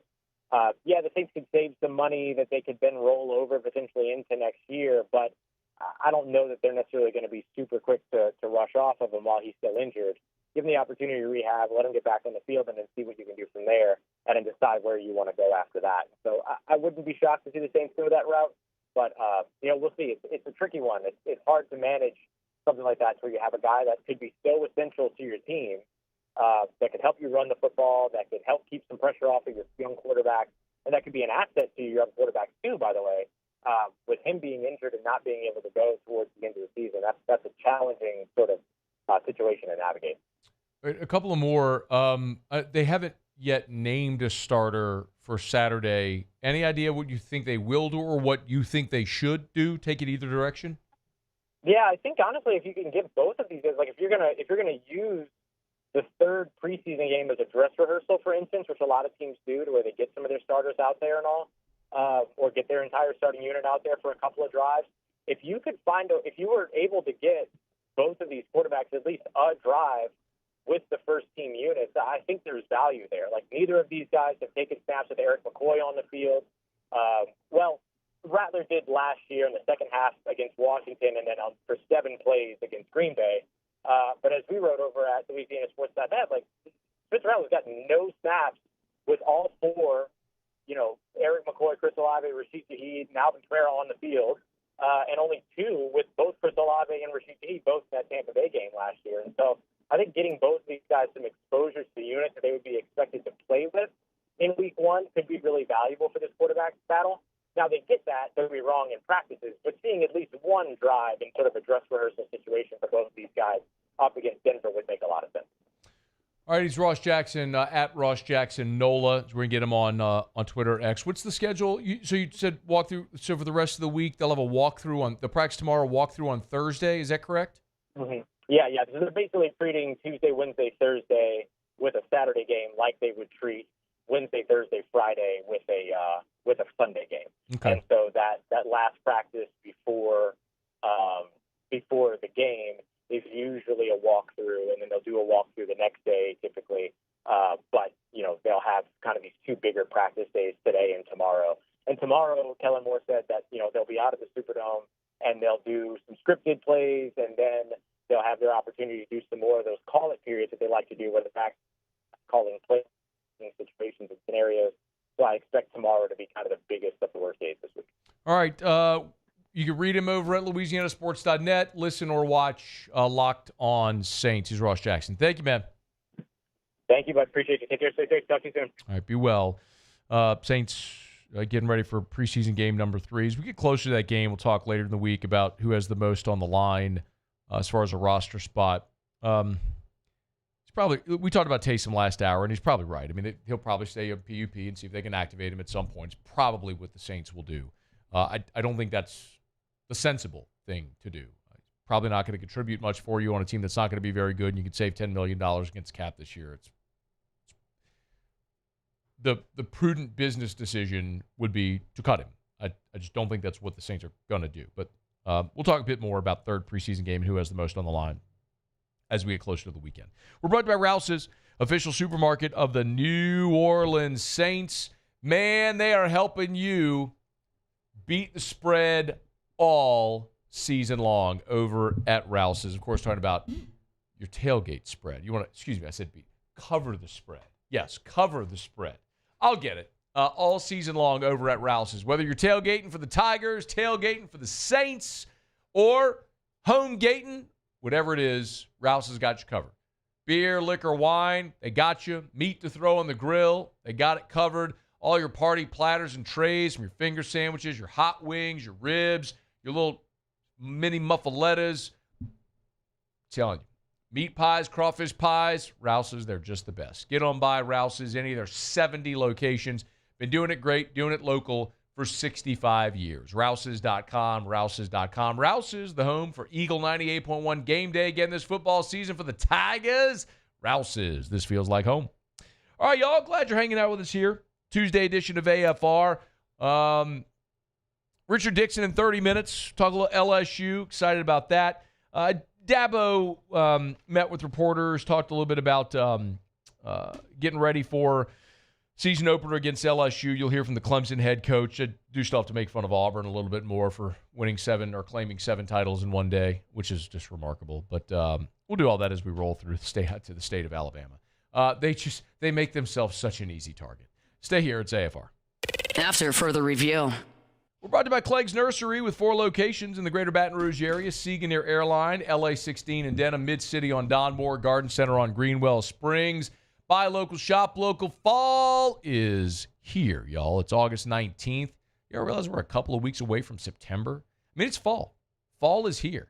And they are rolling out the fall bedding plants, your fall vegetable gardens. It's time. It is time to get those vegetable gardens planted. The seeds in the ground, the vegetable plants in the ground. So get by Clegg's because they've got an incredible selection at all of their locations. They got Johnny Naylor seeds. Of course, if you're a green thumb, you know about Johnny Naylor seeds. If you're not and you don't, you need to. Man, planting that vegetable garden is great exercise for the entire family. Not just an exercise, meaning something to do, but you get exercise. Great to get out, get some sun, breathe some fresh air, get your hands in the dirt. For your kiddos, they can learn and watch something grow, sense of accomplishment. Check them out. It's Clegg's Nursery. There it is, the extra mile, on the border of expected and extraordinary, for those willing to go further, like vans customized for work or play, with safety and tech to keep you connected, supported by a 5-star sales, service, and finance team, and backed by the 1-star you know. So go the extra mile. It's never crowded, because so few have what it takes to go there. Mercedes-Benz Vans. We typically think of stress as being bad for us. At Our Lady of the Lake and LSU, we are researching how certain types of stress, such as exercise, can be good for our immune health. By studying people under extreme stress, such as athletes, astronauts, service members, and first responders, we're learning how to improve the immune health of everyone. That's the power of research. That's the impact of champions. Together, we roar. River Parish Contractors has immediate openings for structural steel shop fabricators. Call or text Big Jake today at 318-547-1000 or go to rpcontractors.com and click on employment. River Parish Contractors. Let's get building. Looking for cleaner energy? Propane is energy for everyone. Propane water heaters are very cost efficient, and the savings are even greater with a tankless propane water heater. We all know that Louisiana propane is a safe and environmentally friendly fuel. So why not go green while you save some green? I'm Miss Louisiana, Gabrielle McLeod, and for more information, visit louisianapropane.com. At Ochsner, we know healing is a team sport.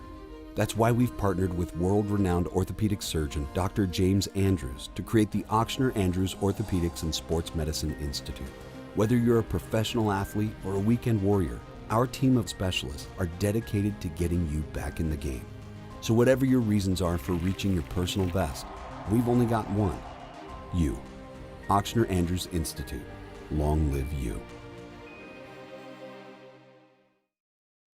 Family owned and community driven. Service Chevrolet Cadillac, a legacy you can trust since 1972.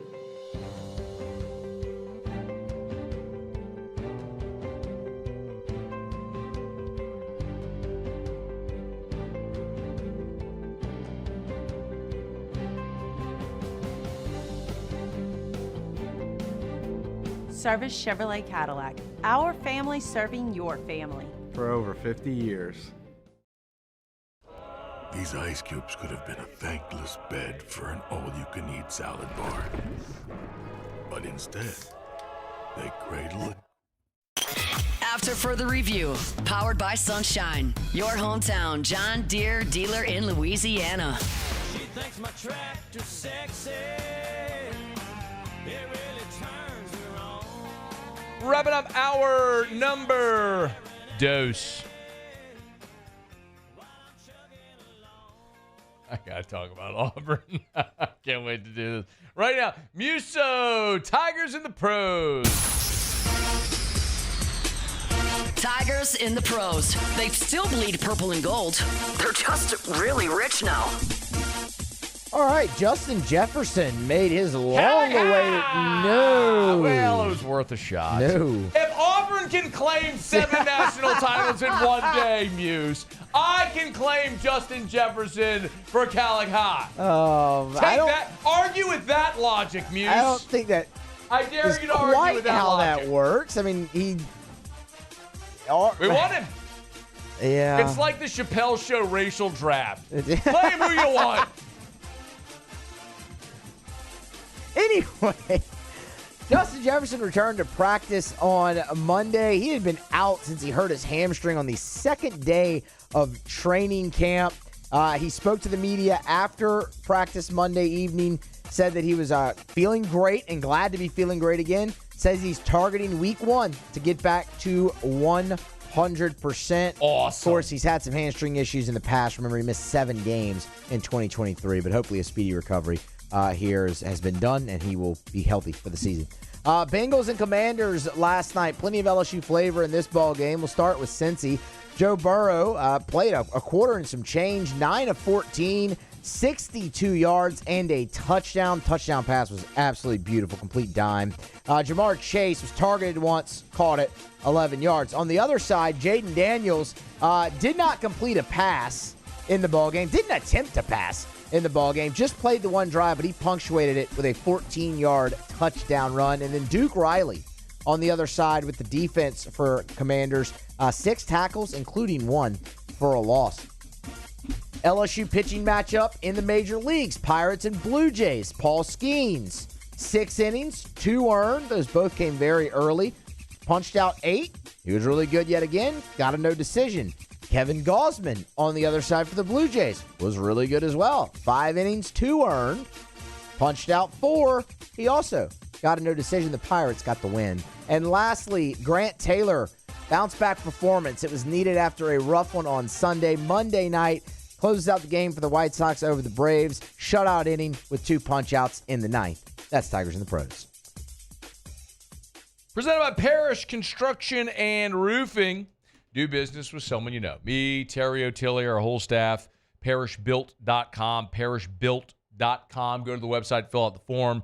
Love to give you that free, no-obligation roofing inspection. And yes, be it commercial or residential. Come out to your home, help you with those roof repairs, replacements, or largest commercial building in the state. Told you before about Matt Pearson, our commercial roofing manager. Dude is awesome. There literally isn't a human I know that knows more about everything to do with roofing than Matt Pearson. Like, he'll text our group chats like on Saturday morning at 7 o'clock. He's already on some job somewhere. We're all just wiping sleep out of our eyes. He's fired up for it. Anyway, point being, no matter what you got going on, maybe you got one of those giant industrial buildings, a commercial building with a metal roof on it. There's metal buildings like in the Industrialplex.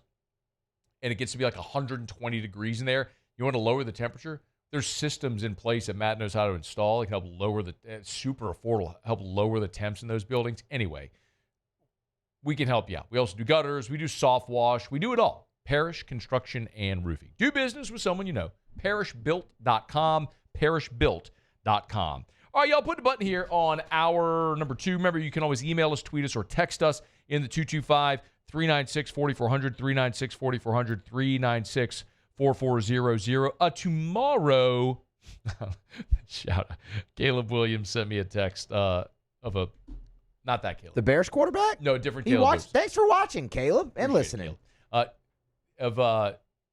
was a gift from the Chappelle Show that says for shizzle from the racial draft. I love it.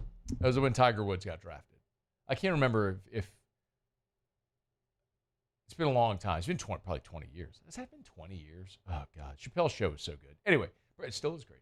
All right, it's after further review. We'll knock out a break. SportsCenter coming up. Get you caught up on national headlines. When we come back, I'll probably just go ahead and make fun of Auburn. That's real. I'll make fun of Auburn when we come back. A lot of people have been waiting on that all day. So we'll go ahead and make fun of Auburn when we come back. Richard Dickson in about 20 minutes from right now. I'll talk some LSU. Plenty more from what Brian Kelly had to say today when he met with reporters. Hour number 3 of AFR is coming up next. AFR. Our Lady of the Lake and LSU, together we roar. It's been my pleasure to tell you about our great partnership with Our Lady of the Lake and the exceptional world-class care that Our Lady of the Lake provides for the LSU student-athletes, for the LSU student body as they took over healthcare at the Student Center, and for everyday champions like you and me. Part of the Franciscan Missionaries of Our Lady Health System, Our Lady of the Lake is committed to the Baton Rouge community. Just this year, I love this, just this year, the health system has approved more than $250 million in capital expenditures, investing in the future of our region's healthcare with projects that include a major ER renovation at the Baton Rouge Medical Center, the Regional Medical Center, new observation beds at the Livingston campus, a medical office building at the St. Elizabeth campus, significant rejuvenation of the adult and adolescent mental health facilities, and so much more. It's Our Lady of the Lake and LSU. Together, we roar. These are the luckiest ice cubes in the world. They could have been a thankless bed for an all-you-can-eat salad bar.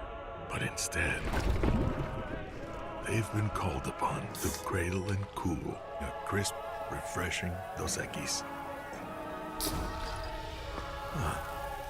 Looks like the lucky just got luckier. Dos Equis. At Luba Workers' Comp, our journey began over 30 years ago with a simple belief. Our clients come first. At Luba, our business has always been focused on people, not policies. Through every success and challenge, we've continued to grow because we've stayed true to our values, committed to providing you with genuine dependability. Because your well-being is more than a priority. It's our purpose.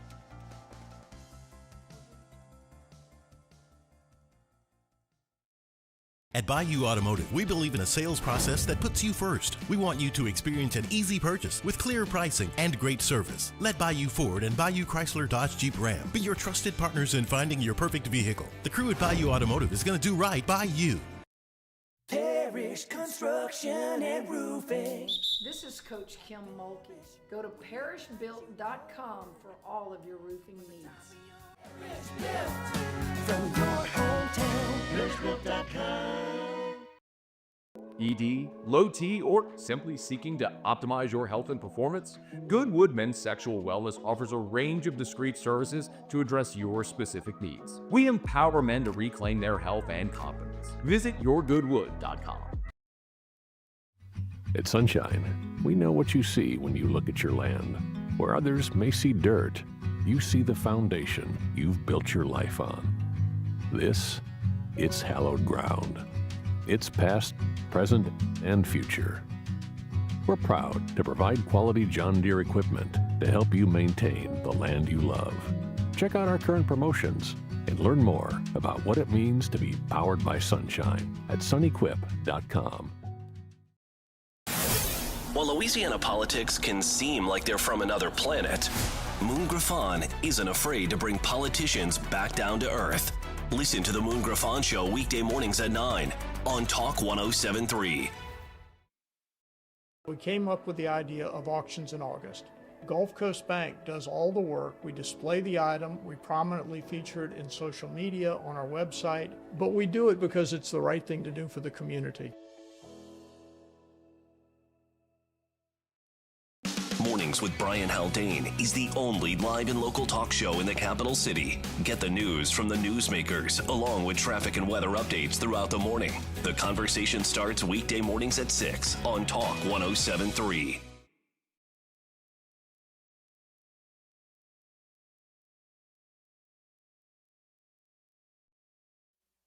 This is SportsCenter. I'm Christine Lisi. QB1 for the Colts will be Daniel Jones. Coach Shane Steichen named Jones his starting quarterback for the season, saying he doesn't want a long-term leash with that.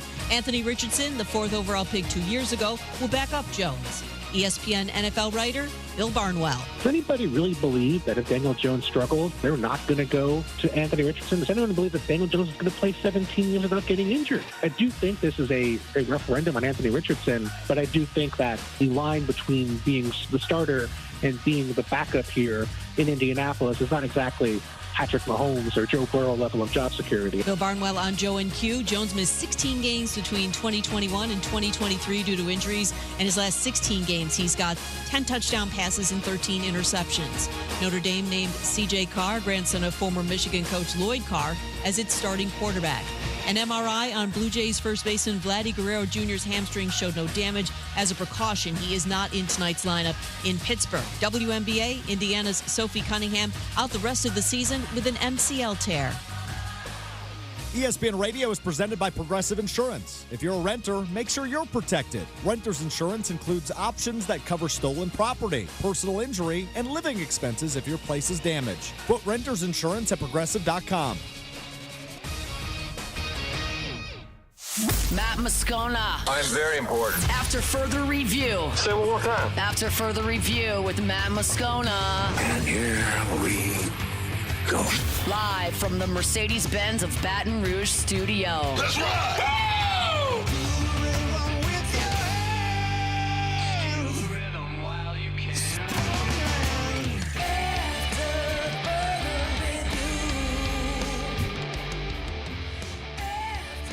Hour 3, off we go. Welcome aboard. Glad you're with us. It's AFR, powered by Sunshine, your hometown John Deere dealer in Louisiana. I'm Matt. Love you, Matt. Paul O'Neill. Chanting Paul O'Neill's name. Musu. And Mr. Toby Tom Blake.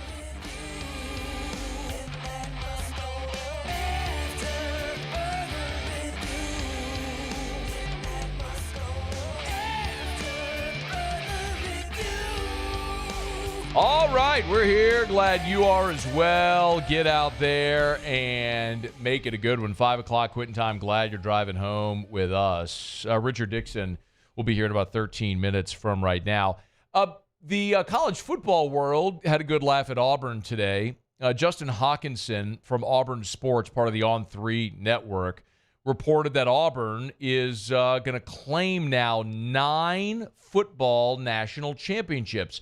Prior, like in the stadium, the flags that they have in the stadium, all they had was 1957 and 2010, the Scam Newton title. Shout out to Harvey Updike. Rip, pour one out.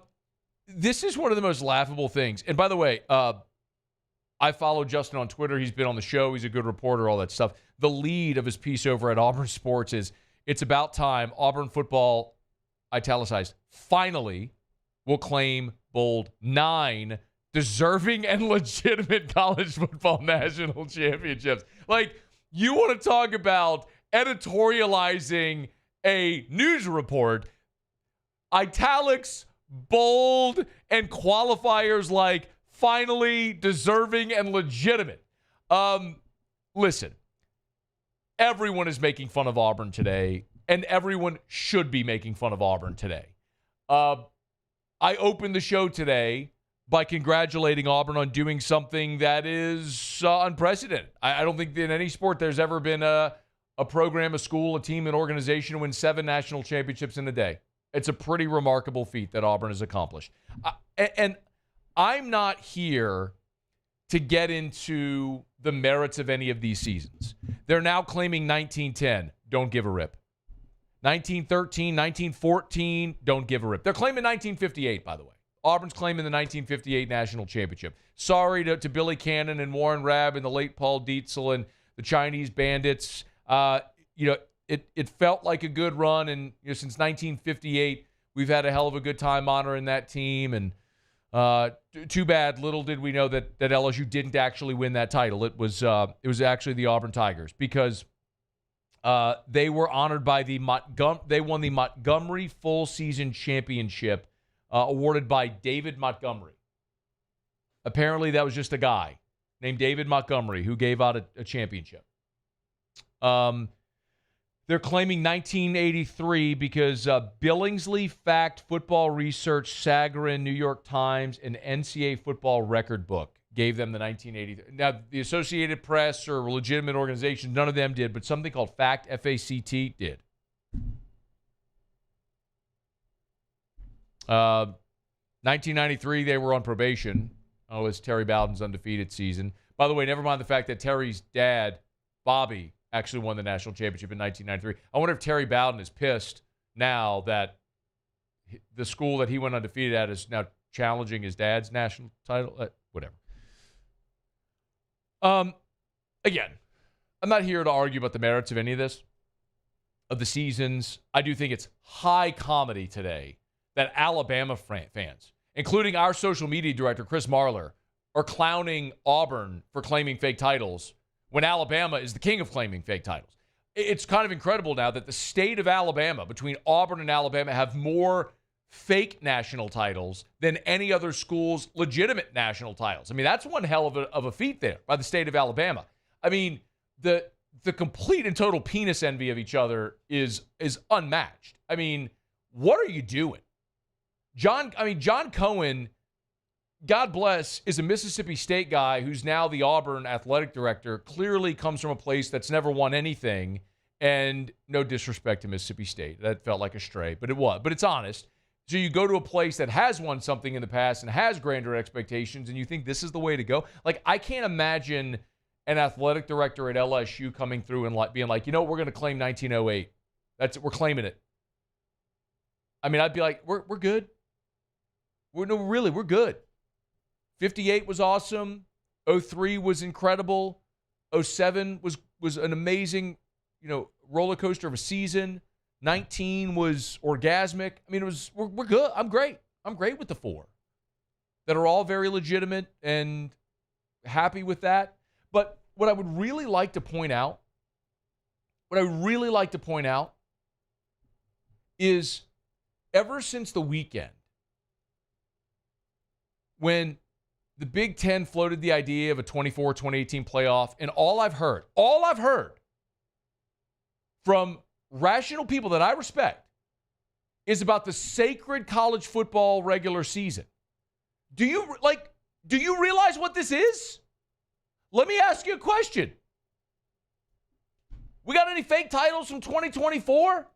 Anybody? Fake title? Anybody going to claim a fake title from 2024? There's no fake title. Oh, really? Why is that? They had a playoff. Yeah. We had a playoff. We determined it on the field. It is this is the quintessential example. This could not have come at a better time to explain why. The things that I say all the time about college football's regular season and the postseason, which has been nothing but a bastardized money grab by old men in ugly jackets. We literally have an athletic director, a grown adult human today, who makes 7 figures a year and runs a $100 million athletic department that is claiming 7 national titles dating all the way back to 1910. Do you realize how fundamentally absurd this is? In what sport, in what reality, in what world would this make sense in anything else?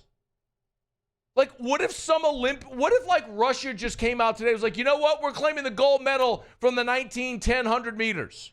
Just throwing it out. We'd be like, what? Oh, well, somebody thought we were faster that day. And even though we lost the race, it doesn't really matter because someone thought we were faster. So we're hanging a banner.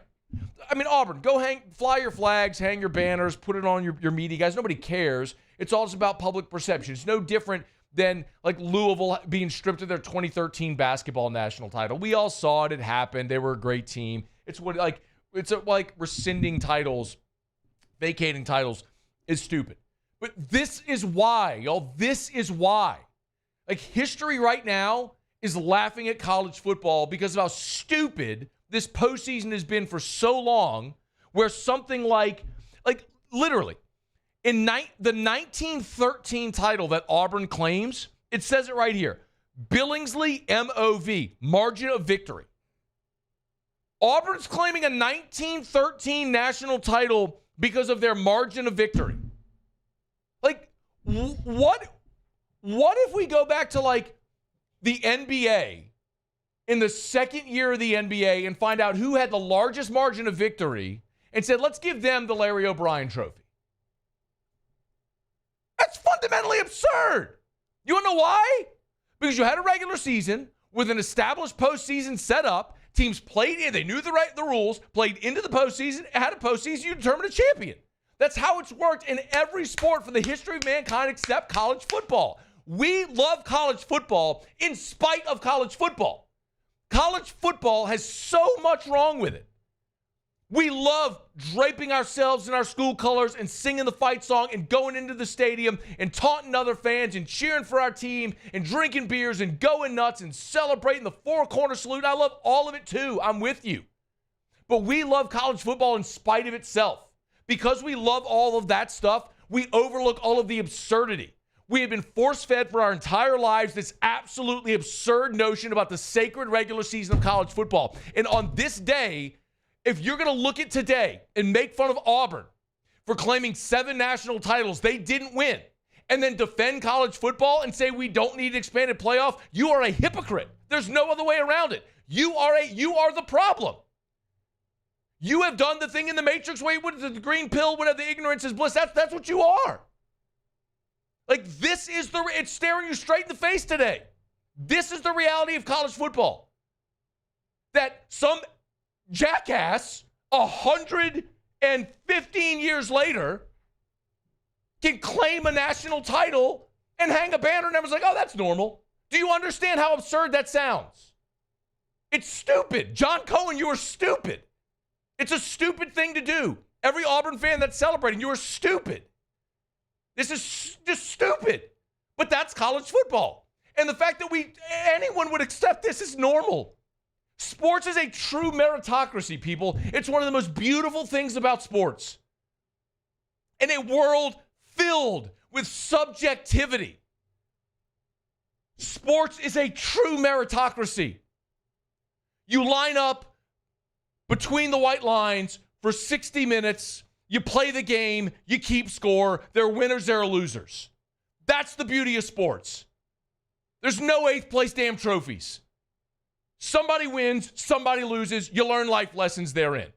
And in college football, it's the only sport in the history of the world where you can win every game you play and don't even have a chance to win a championship. Like, I've actually heard some morons today try to discredit Auburn in 2004 because USC and Oklahoma started the season 1-2 and went undefeated. So? Then why did everybody else even bother to play a damn season? I also watched that Orange Bowl game where Oklahoma got the stuff kicked out of them. Almost did it right there. What if I also watched Miami in 2002, who was awesome, lose an overtime game to Ohio State with Craig Krenzel at quarterback. They went and had a great day and won a game on the field. Doesn't matter what your opinion is or my opinion is or anybody's opinion is or what the Montgomery full season championship meant. You played a game on the field, there was a winner. That's what we love about sports, and college football is the only friggin' sport in the world where that doesn't matter. So give me all the beautiful things about college football. Give me fight songs, give me on-campus stadiums, give me school colors, give me mascots. Let Ralphie run on the damn field. Put Mike the Tiger in the friggin' cage and ride his ass around the field. Make him earn his keep 7 days a year. Let the eagle fly around the stadium. Let the South Carolina Gamecocks stand on the little post and cock-a-doodle-doo, all the beautiful things, fight songs and marching bands, all of it. Script Ohio, four-corner salute, the whole thing. Touchdown, Jesus, love it, all of it. We all love college football. But college football, we love it in spite of itself because it is the stupidest sport ever because of crap like this. That an athletic director can claim 7 titles his school did not win and pass them off as legitimate, and we think, oh, that's normal. If there has ever been a clearer example of how stupid college football is, this is it. Thank God we have a 12-team playoff. Thank God we're going to get to 16. And I hope the Big Ten commissioner gets his way and we go to 24, 28, and ultimately 32. And one plays 32 and so on, and you have a real, actual playoff. So 100 years from now, some stupid-ass athletic director doesn't come down the pipe and say, you know what? We won the Matt Moscona championship in 2036, and so we're going to fly a flag. I've been yelling about this my whole career, and I still have idiots that try to combat me.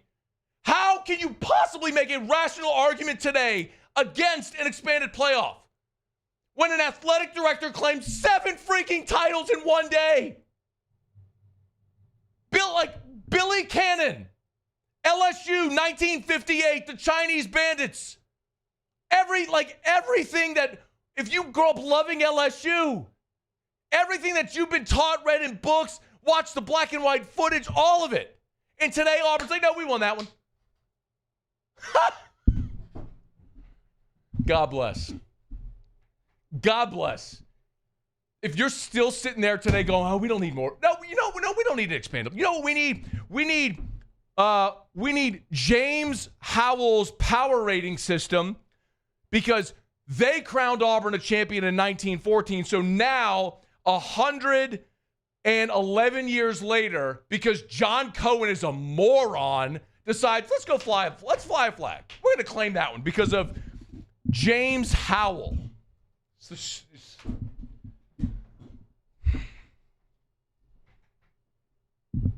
I need some water. I need a priest. I need to go take a piss. I would love a cigar right now. A glass of whiskey.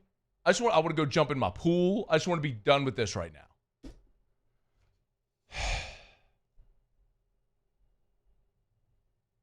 Oh my God. No, let's just, I'm going to start all over. Just go hit the thing. AFR.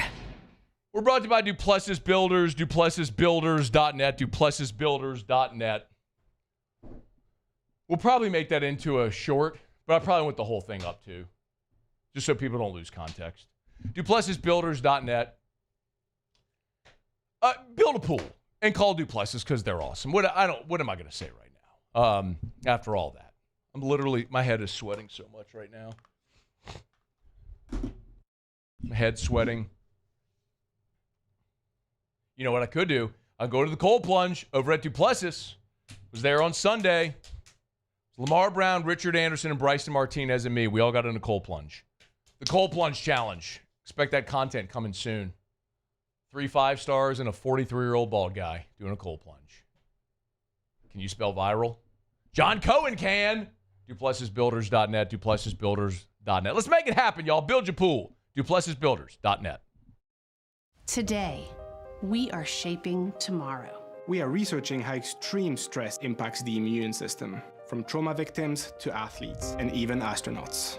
Our work is leading the way in sepsis treatment, saving countless lives. We're unlocking the mind with music in exciting new ways. Our Lady of the Lake Health and LSU are improving the health of our state. That's the impact of champions. Imagine the impact we'll have on the future. Together, we roar.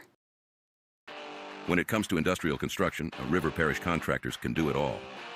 Mechanical, structural, custom fabrication, specialized welding, and turnaround services. Strategically located in between Baton Rouge and New Orleans, we have the local team with the experience and commitment to safety to manage the most complex industrial projects. Period. Here's the deal.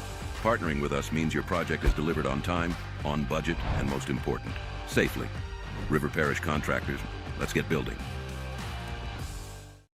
Bayou Chrysler Dodge Jeep Ram is taking $22,500 off MSRP on the brand new 2025 Ram 1500 Laramie with $22,500 off MSRP with a complimentary 7-year powertrain warranty that comes with all new Bayou Automotive vehicles. If you need sales or service, the crew at Bayou Automotive is going to do right by you.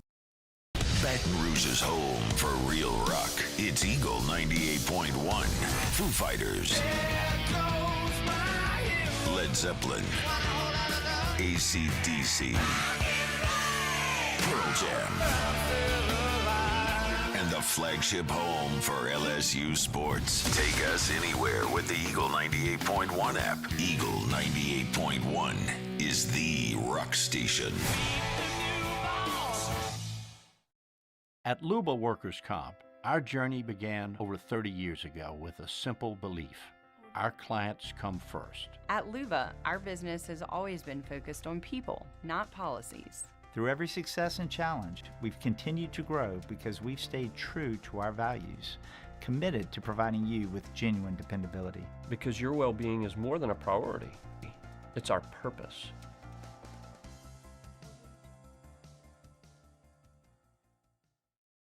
Men, age is just a number. Don't let it dictate how you feel. Goodwood Men's Sexual Wellness has anti-aging services that can help you look and feel your best. Visit yourgoodwood.com and discover a renewed sense of vitality. Gulf Coast Bank and Trust is giving our customers the power to bank anywhere, anytime during this challenging event. And we're right there with you. Our mobile banking app is a smart way to manage your money and time. Gulf Coast Bank and Trust, the bank that cares about you. Tiger Country is 100.7 The Tiger. In the car on 100.7 FM or on the 100.7 The Tiger. After further review, powered by Sunshine, your hometown John Deere dealer in Louisiana. She's the only one who really understands what gets me. Lauren Maxwell and Kyle Matschke. They agreed in 1910, Auburn, Natty champs, hang the banner 115 years later. Christ almighty help me. Richard Dickson's here. He won a national championship. How would you feel if in 110 years after you're dead and you're looking down from heaven, some athletic director at a chump school says, no, my school won the 2007 national championship? Kind of BS and don't make any sense. And yeah, like if we're going to go off like power rankings index, I feel like they should run type of index to where the amount of times we threw the ball when I played versus the amount of times they throw the ball now. I think I need 5 more touchdowns and 50 more receptions. That'd be pretty good. Richard Dickson, College Football Hall of Famer. Hang the banner. I'll take it. Hey, okay. I mean, would you have? I just yelled for a long time about the Auburn thing, and it's not even about the Auburn. It's not necessarily them because they're stupid for doing this, but it's more just the whole premise of what college football's postseason has been its entire existence. I mean, I love the idea of an expanded playoff, Rich, because sports is a meritocracy. No doubt. And I mean, it was a pageant show for the longest time. The biggest names with the most recognition. You know, that's what got you into the BCS a long time ago. I mean, I still think if you want to give Auburn any credit, was it when I was 2005, 2004 when they went undefeated in the SEC and didn't make it? Yeah. That was BS. Yeah, I mean, that's one of the things I brought up. I mean, it's like, and people say, well, it was USC and Oklahoma were 1-2 at the beginning of the season, and that's exactly the problem. So you could win every game. You can win every game, and you don't even get a chance to play for it. Like, it's such a farce. Anyway, thank God we're beyond that. If we go to a 64-team playoff, that might be excessive, but I'd be like, give me that. Give me that over 100 years from now, some loser AD claiming something that didn't actually exist. Play till you lose. Well, this LSU team, Rich, I think is going to have a great opportunity, man. They're super talented. I know Brian Kelly talked today and talked about the ongoing shuffle on the offensive line. Where do you rate that as far as cause for concern? 11 days from the opener, still not having a set starting 5. Everything I've heard, when everybody's talking about, was it the Kern that's moved to right tackle earlier this week, got some first-team reps. Everybody I've talked to, everything I've heard from the coaches, every interview that I've heard was they were pretty solid at the tackles. What I take that is you got to know who your next guy up is. You got to figure out who your third guy is, who can be the swing tackle, who can get in there. And this time of the year, I mean, you got to get reps with the guys you're going to play at. I don't care if you got your first team playing, taking all your first team reps, second team. You got to mix those guys in because at one point, somebody on that second team is going to be playing with the first team, and it's all about continuity. So you're good with them continuing to rotate at this point? At this point, you got to figure out. I mean, I take it as, and look, I'm not at practice every day. I'm not watching the film, but everything I've heard the coaches talk about these offensive linemen is, they're very impressed with what they're doing. They're happy with the progress, and I don't care who it is. When you're putting a freshman in who's getting as much talk as Kern is, that's to me is a good problem. I think competition builds the strongest teams. Richard Dickson is with us. So, obviously, Rich, on the offensive side, when you start with a senior in Nussmeier, it feels like that would alleviate a lot of whatever transition or growing pains there might be on the interior. How much do you think Nuss can maybe, I don't know if I'm phrasing this right, but cover for whatever deficiencies may happen while they're trying to figure out their best five playing together? I think it's big. I mean, I can give you a reverse example with a senior center and a freshman quarterback, whereas when Brett Helms, after 07 and 08, when Jarrett Lee got there, Jarrett still needed help on that. But you had that senior leadership coming from your center position who was making all the calls, correcting him. He had the override authority when they were sliding the protections and calling out the mics. Right now, Nussmeier's going to have that overriding authority. They're not going to look to the center or whoever to make the calls. Nuss is going to make the final decision. And as long as you have one guy that is making the final call and making the decision on which way everybody's going, I think is a positive. Former Tiger tight end Richard Dickson is with us here on the show. Talk about your position a little bit, man. They got three guys there that they like a lot, with Trades, Bauer Sharp, and Donovan Green. How do you think they, with obviously Mason Taylor, the most decorated receiving tight end in the history of the program, how do they start to make up for that without maybe one guy that can do everything he did?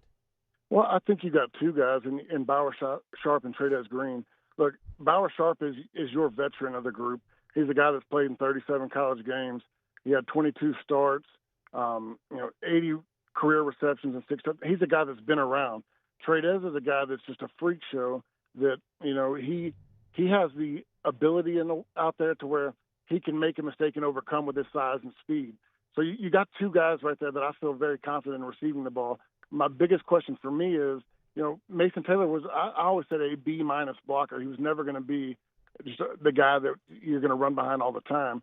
But who's going to step up and be that guy when we're talking about having a better run game and improving in the run game and having one of those guys? Donovan Green is a little bit the bigger size guy, but Bauer Sharp is, to me, from everything I'm hearing in the size, he's a 6'5", 245 pounds. He's a guy that I think that can do it all. How important is it for this offense, for the tight end, to be as impactful as Taylor was? That's a great question because all you hear anybody talking about is the plethora of receivers they have. You want to have a guy that can get in there and be the check down guy, the safety blanket for a quarterback, but Nuss doesn't need necessarily a safety blanket. He's got a bunch of receivers he can go after and trust where they're going to be. But, I mean, it's also another wrinkle. Look, it's harder to cover 4 than it is to cover 3. Wait, go a little deeper there. What do you mean? Well, what I mean is, the focus, you got to have a receiving threat at tight end. He can have the 3 best wide receivers out there, and you can go, your 2 corners, a safety, nickel, whatever, you're going to slide that way. But somewhere you need a weak link is going to cover the tight end. So if you have a guy like a Bauer Sharp or a Trades Green, a guy that, Trades Green to me is going to take focus off a receiver. He's 6'7". He's a guy that runs like a wide receiver. I think he plays like a wide receiver a lot of the time. He's going to develop where 2 people are going to have an eye on him. It's going to open up for a wide receiver. So when I say it's better to have, 4 covering 3, they're going to have to shade somebody somewhere. And with all the receivers they have, you put a Trades or a Bauer Sharp in, they're going to have to not leave their least, the worst pass coverage guy on a tight end. And I know you and Charles do the Handycast each week. And for those who don't know it, go to YouTube, subscribe to the Handycast. Charles Handegriff and Richard Dickson do the Handycast every week, and they look at game film and X and O, the LSU game for that week. The rushing offense, the run game, Rich, is something that's got so much conversation because LSU was 107th in the country last year. It can't just be as simple as the offensive line wasn't good run blockers. I'm certain that was part of it, but we've talked about a lot of things, right? I mean, they threw it 60% of the time. They really didn't have a true deep threat. Caden Durham was injured. I mean, there's a lot of things therein. What do you think is the most important thing as LSU starts a new season to be able to be more impactful in the running game? It's just consistency, getting out there and doing it. And, I heard you and Cole Kubelik's conversation the other day, and I thought it was very, a great take on it. Okay. And when you're not asked to do something a lot, you're not going to be great at it. But also, where you were talking about when you went back to Jaden's first 2 years, I think the numbers are a little bit skewed when you go to the run game because every scramble counts as a run. And Jaden's best runs were scrambles a lot of the time. That run game looks a lot different when you're adding an 80-yard scrambles for a touchdown. Jaden made up a lot. I don't think that group was ever really great at run block, but they've also been elite pass blockers. And when you had a running quarterback like Jaden who could take a scramble and turn it into 80 yards, 40 yards, 15 yards, and a first down, those numbers look a lot better. But last year, I think, the complaint we had a lot was there was times where Nuss needed to run the ball. He had to run the ball, and he didn't. And it put the offense line at a disadvantage. Richard Dickson's with us, former Tiger tight end. You'll be on with Handy again for Eagle 98.1 Game Day postgame this year? Yes, sir. Awesome, man. Looking forward to that. Is there something on the defensive side that you're interested or most excited to see a week from Saturday? Man, I'm ready to see them Week boys run. The Whit Weeks, to me, has been one of the most fun guys to watch. He's a guy that, to me, had a very similar, oncoming, not as explosive as Harold Perkins, but he plays the same way. He's fast. He goes after people. He's aggressive. Having those guys and Harold Perkins back, I think Gabe Rutherford on the end. You got the D tackles. I was really high on Bro last year. Man, I think that this is. I'm saying this because I'm very hopeful. I can't take another year of the last 3 years of defense we've had, and I'm just looking for these guys to go out there and bust some heads. Rich, they asked us at LouisianaSports.net to do a bold prediction. And for me, my bold prediction was that LSU will finish in the top 20 nationally in total defense for the first time since 2017. You realize that's the last time they were top 20 nationally? It was 2017. No. And, I grew up being an LSU guy. The defense ran everything. We just had to score enough points. Yeah. I don't know that it's going to look like that. And look, in 2007, y'all were a really fun offense to watch with Croton. I mean, that thing was pretty wide open that year. But the talent upgrade, Rich, and I mean, I don't get to see every minute, but they give us a lot of access. And I've been going out there long enough to know, like, what it's supposed to look like and what it has looked like. And this is kind of what it's supposed to look like, Well, you finally got some, the two young D tackles we had last year, the two freshmen, those are the defensive tackles I'm used to playing with. Those are the guys that we're used to seeing at LSU. And when you have freshmen making an impact at a position, you're not supposed to make an impact as a true freshman. That gave me all the hope I wanted for the years coming. Gabe Rutherford is another guy that they're finally starting to get guys recruited and playing on this defense that look like a traditional LSU defense. Yeah. They have a big task coming up a week from Saturday over in Clemson, South Carolina. You going to do you and Handy going to do a preview of LSU and Clemson? Yeah, I think we're going to start next Friday is when we're going to start doing the football stuff, start for week 0. We're going to do a show, of course, without film prior to the Clemson game, and we're going to break down some stuff. I mean, dude, this is a big game just from the standpoint of I can't take anybody else telling me that we've lost the first game for 6 years in a row. That's not how you want to get started. Now, this might be the hardest first game of the year in that 5-year stretch, but it's a big one. And look, Brian Kelly, they've all made a big deal about it. I hope they've not made too big of a deal about it. But this is something that's, it's going to set the tone for the season. Do you like that they made a big deal out of it? I'm not used to that. I mean, we're used to the next game's the next game, and not making such a big deal of it. I get where he's coming from. I mean, this is 5 years in a row of just losing the first game and everybody's freaking chest deflated week 1. But, I would say I'm not a big fan of making a big deal, but I understand it. All right. Week from Saturday, we'll find out what the Tigers will have ahead of them and all the work they've done this offseason. Richard Dickson, you'll hear him on Eagle 98.1 Game Day Postgame with Handy 90 minutes after every game this year on Eagle 98.1. Of course, the Handycast. Make sure you get over and subscribe on YouTube if you haven't done so yet. Always appreciate the visit, man. Thank you. All right, guys. Be well. We're brought to you by Evermore. I could use a sip of Evermore right now. Clear my throat. After all that yelling I did. An appropriately timed guest. It's a good time to have Richard on the show. Old Dick Dickson. They do a great job, too, by the way, breaking down the film. So look forward to the Handy. If you're not subscribed to Handycast on YouTube or podcast, you need to be. Richard and Charles do an awesome job throughout the season. You need to be subscribed. Evermore, EVAMOR, Evermore.com, Evermore.com. Drink Evermore, natural artesian water. It's a healthier product. It's a Louisiana product. They got national distribution. I mean, I've had listeners to this show from all over the country snap me shots in their supermarkets, 7-Eleven, whatever it is, of Evermore they see on the shelves. Yeah, it's a Louisiana product from right there on the North Shore in Covington. It's bottled in by RTD Beverages in Covington, Louisiana, with national distribution. Find the retailer nearest you or order online at evermore.com, EVAMOR, evermore.com. All right, y'all, it's after further review. Have you missed anything? We had Shea Dixon in hour one talking a little Cruton. We had Ross Jackson with us last hour. You just heard Richard Dickson. You miss anything, you can always get AFR On Demand presented by Breck Golf. Book your tee time, golf.breck.org, golf.breck.org. We'll knock out a quick break, come back. Dabo met with reporters and gave a little bit of an update on his team's preparation as we're a little more than a week out from a giant opener with LSU and Clemson. Don't you move, it's AFR. AFR.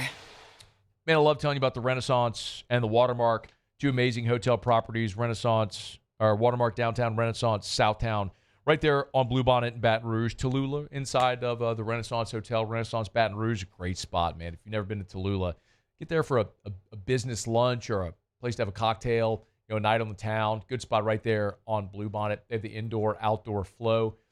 It's Tallulah inside the Renaissance Hotel. And as we always say, be it Renaissance or Watermark, Allison Crump, who's their events coordinator for both properties, I love her line. She says, we're in the business of saying yes.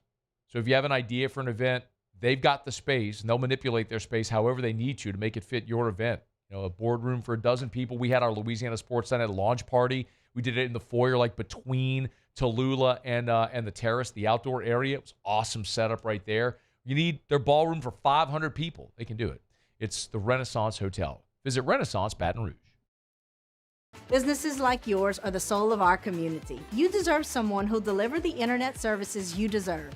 That's why local businesses rely on Rev Business, 90 years of building connections. Visit us at letsrev.biz. I'm Gabrielle McLeod on behalf of the Louisiana Propane Dealers. I have spent hundreds of hours preparing for scholarship competitions. That preparation paid off when I won the Fitness and Talent Awards along with the title of Miss Louisiana. The Louisiana Propane Dealers are also pretty talented and want you to be prepared for when the power goes out. Visit LouisianaPropane.com to find out about propane generators and other safety tips. Louisiana Propane, it truly is the fuel for our future. At Luba Workers' Comp, our journey began over 30 years ago with a simple belief. Our clients come first. At Luba, our business has always been focused on people, not policies. Through every success and challenge, we've continued to grow because we've stayed true to our values, committed to providing you with genuine dependability. Because your well-being is more than a priority. It's our purpose.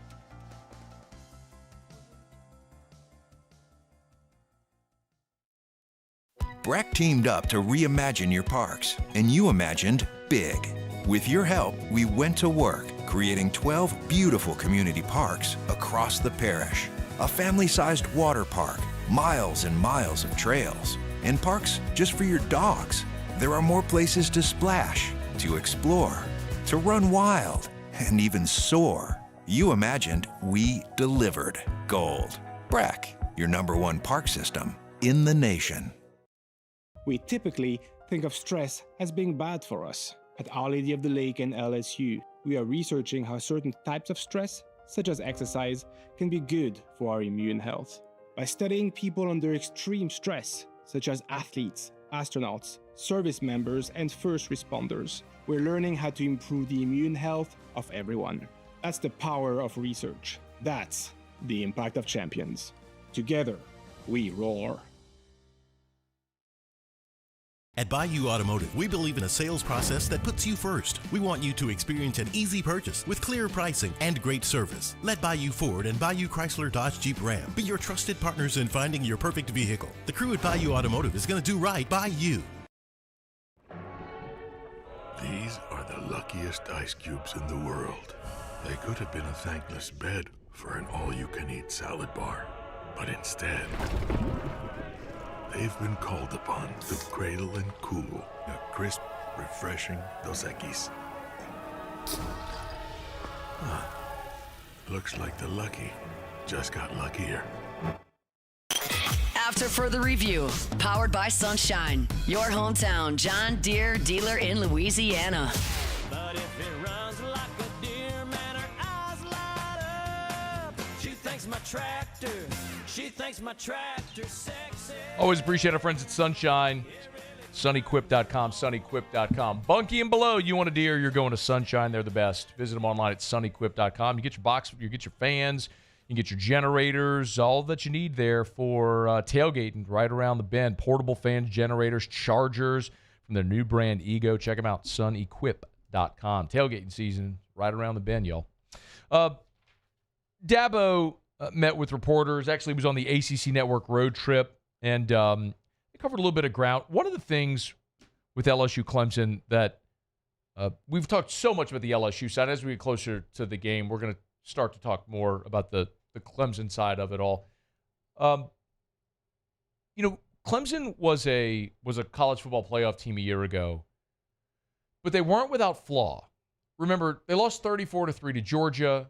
They lost to Louisville on their home field. They lost on their home field to South Carolina 17-14. And they got in the playoff, as we've talked about, because Miami choked against Syracuse, which allowed Clemson to sort of backdoor their way in. And then they won the ACC championship game against SMU, where SMU actually had a shot at a field goal at the end of the game. Could have won it, but it was 34-31 was the final in that ball game. Where if you remember, Clemson got up big, and then they were up 24-7. Then SMU stormed all the way back to tie the game, and then Clemson won it on a 56-yard field goal there as time expired to win it 34-31 and go to the college football playoff. But defensively, Clemson has had a lot of talent, but they were really poor a year ago in spots, especially against the run. They ranked in the 50s. They were actually ranked in the 90s nationally in yards per rush allowed. So that was a team that had talent, but the talent didn't necessarily live up to the standard that they had set. So they've got a new defensive coordinator here at Clemson this year in Tom Allen, and Dabo kind of talked about what he wants from his defense this year. We gave up too many big plays. I mean, just, did not stop the run well. Probably our worst big play defense that we've had. I mean, we just too many explosives, and so we've got to minimize that. People will make big plays, but we just got to get back on track, get back to our standard of what we were, and quite frankly, the year before we were top 10 in the country. So we can't be so inconsistent, and then we've got to be better in the red zone as far as giving up touchdowns. It's one thing people make a big play, and that don't mean they get a touchdown. Right. So in particular, those are two areas, and just doing the little things better than we did last year. We didn't tackle. We weren't a great tackling team. That showed up really in game one last year. We missed some critical tackles. So got a lot to get better at on that side for sure. They were 64th in yards allowed per play and 90th nationally, giving up 5 yards per carry. And as Dabo talked about giving up the big play, similarly on the offense, they didn't connect on the big play a bunch. Cade Klubnik averaged under 12 yards of completion, which was 79th nationally. Klubnik was third in the country in passing touchdowns, but they just didn't hit big plays last year. So some of the things Clemson is working on their side going in, but Tom Allen's a guy that's got SEC experience. He was at Ole Miss there under Hugh Freeze in like 12, 13, 14, And now, after being the former head coach at Indiana, this past year was the defensive coordinator at Penn State, now comes to Clemson, and Dabo talked about Tom Allen's impact. I mean, he's just the same guy every day. I mean, he loves what he does. He loves ball, and that's why I hired him, because I mean, there's a lot of people that know ball, but I wanted the right leader, and I just felt like he was the right leader to help me reset the room, not just for the players, but for the coaches too. And he's just done an awesome job of that. And again, it's the same every day. And I think that resonates to those guys, and they bought in, and then there's no compromise. Mm-hmm. I mean, he has a lot of conviction in what he believes as far as the fundamental things that we got to do to be a great defense, and that shows up every day. It is fair to mention that Tom Allen had success last year at Penn State, but there have been times his defenses haven't been great, and there were a lot of not great years at Indiana. He had 2 winning seasons, but there was a couple of 2-win seasons in there as well. The defenses weren't very good, so might feel like still a bit to prove with a new defensive head going in there against what should be a pretty formidable LSU offense if they can figure out that offensive line rotation. So talk plenty more, obviously, about LSU and Clemson as we get closer to kickoff on the 30th. We're brought to you by Supper Club. Of course, now that we're getting into football season, y'all, get your reservation. Those Football Fridays are going to be awesome at Supper Club. If you know you have friends or family or clients coming in for a home game, or you want to do it for a road game, book Supper Club now. Even if it's not until September or October or even November, book that Friday night dinner at Supper Club before a home game now, because you know it's going to be full and there's no better place you'd rather be. And man, there's just, it doesn't matter, what you order. We talk so much here, and rightfully so, about the steaks, because you have incredible steaks unlike you'll have anywhere else, quite literally, not only in Baton Rouge or Louisiana, but in the entire country. I mean, some of the Wagyu they get is literally a handful of restaurants in the world serve. But even if you don't eat steak, like mention the Chilean sea bass, it's an 8-ounce portion. It's marinated for 8 hours in a miso and citrus marinade. It's oven roasted, served on a bed of steamed bok choy. Sea bass is finished with a miso glaze. It's shiitake mushrooms that are blended in the glaze. It's garnished with scallions and green onions. I'm telling you, it is. I've had the Chilean sea bass at Supper Club. It is the best piece of fish you will ever eat in your life. So even if you're not eating steak, you will find the best chicken, fish, truffled lobster gnocchi, the Ora King salmon. There's something on the menu for everyone. It'll be the best you've ever had. Go experience Supper Club. Tuesday to Saturday, open right now. SupperClubBTR.com for your reservation. SupperClubBTR.com. Okay, y'all. It is after further review. We're going to knock out a break. Come back. Jimmy will be here for Otter Locks. Picks are already up at LouisianaSports.net. Don't forget, if you don't want to wait until Jimmy's here to give them live on air, you can always get them shortly after 3 o'clock Central at LouisianaSports.net. We'll do Otter Locks with Jimmy next on AFR.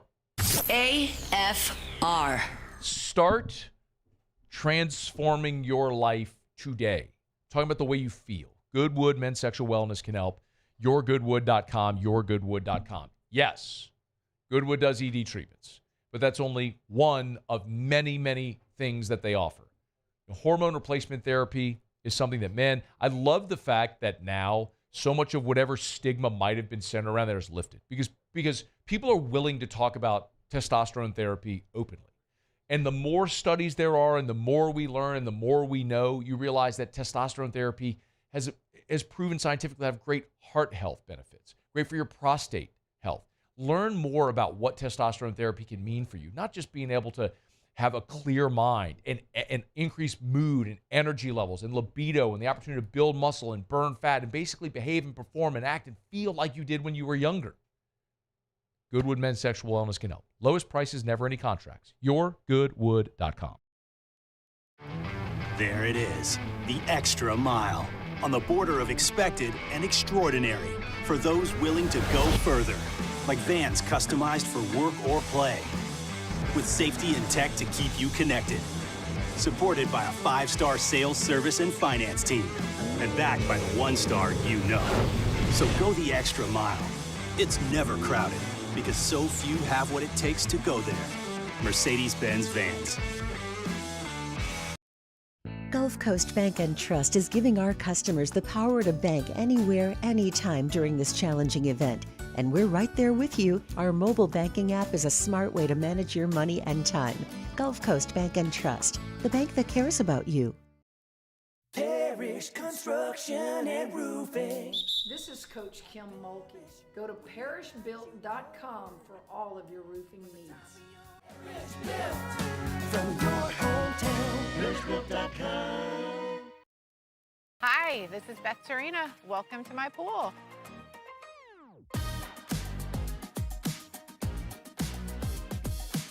The first time I saw this beautiful pool, it exceeded every expectation that I had. They were able to get everything we wanted in this pool. It is a beautiful pool. We live out here, we eat out here, we watch TV out here. This is like our living room outside. We love this pool and everything about it. When we decided to build our pool, we called a great friend who is one of the best pool builders in the country in North Louisiana, and we said, who would you choose to build a pool in Baton Rouge? And without a hesitation, he told us Russell Pools. He said their history, tradition of great builds, great pools was unmatched. So of course, who did we call? Russell Pools. The advice I would give to anyone looking to build a pool is first call Russell Pools. They'll do an incredible job. It'll be incredibly organized. It'll be time efficient. And you will have your pool in no time.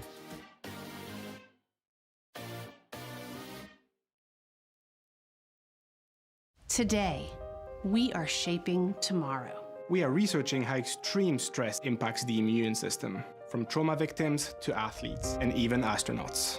Our work is leading the way in sepsis treatment, saving countless lives. We're unlocking the mind with music in exciting new ways. Our Lady of the Lake Health and LSU are improving the health of our state. That's the impact of champions. Imagine the impact we'll have on the future. Together, we roar. At Ochsner, we know healing is a team sport. That's why we've partnered with world-renowned orthopedic surgeon Dr. James Andrews to create the Ochsner Andrews Orthopedics and Sports Medicine Institute. Whether you're a professional athlete or a weekend warrior, our team of specialists are dedicated to getting you back in the game. So whatever your reasons are for reaching your personal best, we've only got one: you. Ochsner. After further review, powered by Sunshine, your hometown John Deere dealer in Louisiana.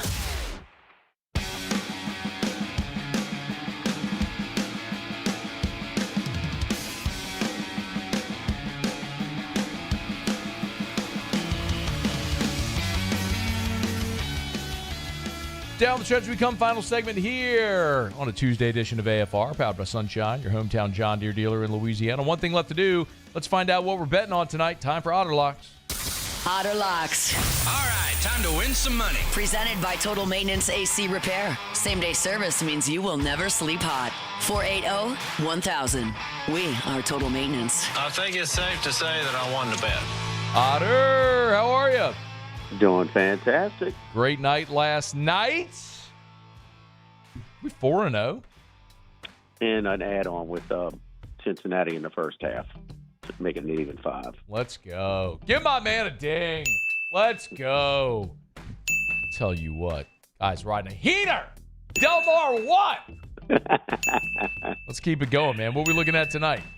All right. You missed the boat early over Detroit and Houston. You know, Tariq Skubal and Hunter Brown have been outstanding. 2 best pitchers for their teams this year. Skubal's big favorite to win the AL Cy Young, but they flattened out a little bit lately. This is a low number, especially with the Astros bullpen being taxed the way it is. It's at 7.5. So if you didn't get it down at 7 when we put it out on the website, I wouldn't advise it. Okay. Toronto in Scherzer. How about Scherzer? We was a fade against early, but he's bounced back. 3 really good outings. The past 3 outings. They're bouncing back from getting beat by Skeens last night. It was one of our picks last night, but. And they're already off to a crooked number in the first inning. So a 2-run double has them up 2-0. It's 3-0. 3-0. Hello. Okay. Well, you missed the boat on that one if you didn't get down early, too. It pays to go to LouisianaSports.net and get the picks around 3 o'clock. All right. Miami buying the run, -1, -104. Cabrera, he is outstanding. And they played sloppy last night. Good. You know, they were on their way. They were 2-0 lead, and then they were just dropping balls all over the place as St. Louis beat them. We like Cabrera tonight. He's been hot. Miami at home, -1, -104. Miami is trailing 1-0 in the top of the first right now. Well, I'd still play it. So at -1, Let's see what that number is right now. Hang on one second, Otter. At -1, Miami is +150. There you go. Okay. There'll be a moron. Yes, indeed. Bet more on it. 2 more totals. We're going to Texas and Kansas City. How many times have I been on here and given you Seth Lugo, former Centenary star, just signed a big long-time reliever, turned to starter. But Matt, he has hit a wall, and I wonder about being a reliever for so long. He is a fade right now. We're going to go, but their bats are hot. So I think Kansas City will be the high scoring with both teams here. Texas, Kansas City over 8.5 at Kaufman tonight. And then finally, our buddy Lopez, we bet last time because he had 17-inning scoreless streak. It's now 24. He shut out 7 more last week. We're going under Oakland, Minnesota. Joe Ryan has been outstanding, a bright spot in a rough year for the Minnesota Twins. Under Oakland, Minnesota, 8.5. All the picks are at LouisianaSports.net. Where are you tomorrow, Otter?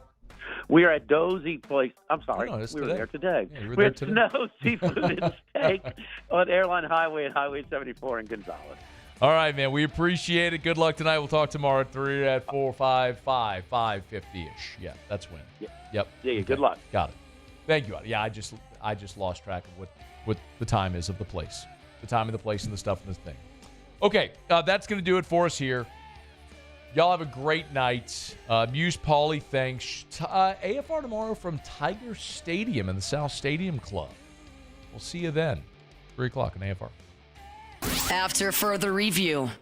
As we get on down the road, remind you about First South Farm Credit, firstsouthland.com, firstsouthland.com. If you're thinking of buying land, of course, your first call, as we say every day, should be to First South Farm Credit. Just remember, your first call should be to First South Farm Credit.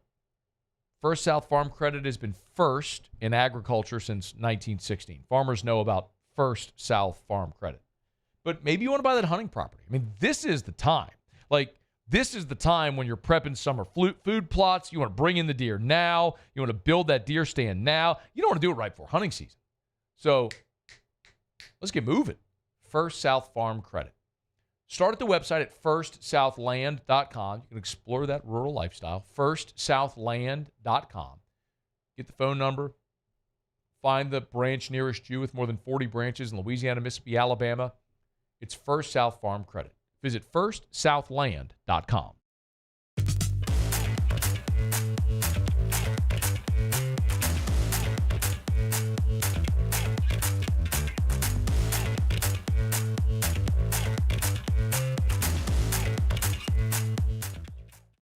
At Luba Workers' Comp, our journey began over 30 years ago with a simple belief. Our clients come first. At Luba, our business has always been focused on people, not policies. Through every success and challenge, we've continued to grow because we've stayed true to our values, committed to providing you with genuine dependability. Because your well-being is more than a priority. It's our purpose.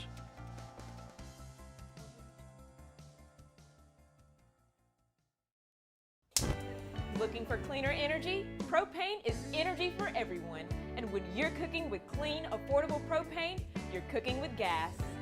In the wintertime, nothing heats a home like Louisiana propane. And when you need hot water, propane's got you covered. Oh, and you won't regret that propane generator when the power goes out. I'm Miss Louisiana, Gabrielle McLeod, and to find more information and to find a propane dealer near you, visit louisianapropane.com. ED, low T, or simply seeking to optimize your health and performance? Goodwood Men's Sexual Wellness offers a range of discreet services to address your specific needs. We empower men to reclaim their health and confidence. Visit yourgoodwood.com. At Sunshine, we know what you see when you look at your land. Where others may see dirt, you see the foundation you've built your life on. It's hallowed ground. It's past, present, and future. We're proud to provide quality John Deere equipment to help you maintain the land you love. Check out our current promotions and learn more about what it means to be powered by sunshine at sunequip.com. Breck teamed up to reimagine your parks, and you imagined big. With your help, we went to work creating 12 beautiful community parks across the parish. A family-sized water park, miles and miles of trails, and parks just for your dogs. There are more places to splash, to explore, to run wild, and even soar. You imagined, we delivered. Gold. Breck, your #1 park system in the nation. River Parish Contractors has immediate openings for structural steel shop fabricators. Call or text Big Jake today at 318-547-1000 or go to rpcontractors.com and click on employment. River Parish Contractors. Let's get building. Tiger Country is 100.7 The Tiger. In the car on 100.7 FM or on the 100.7 The Tiger app. 90s country and beyond. 100.7 The Tiger.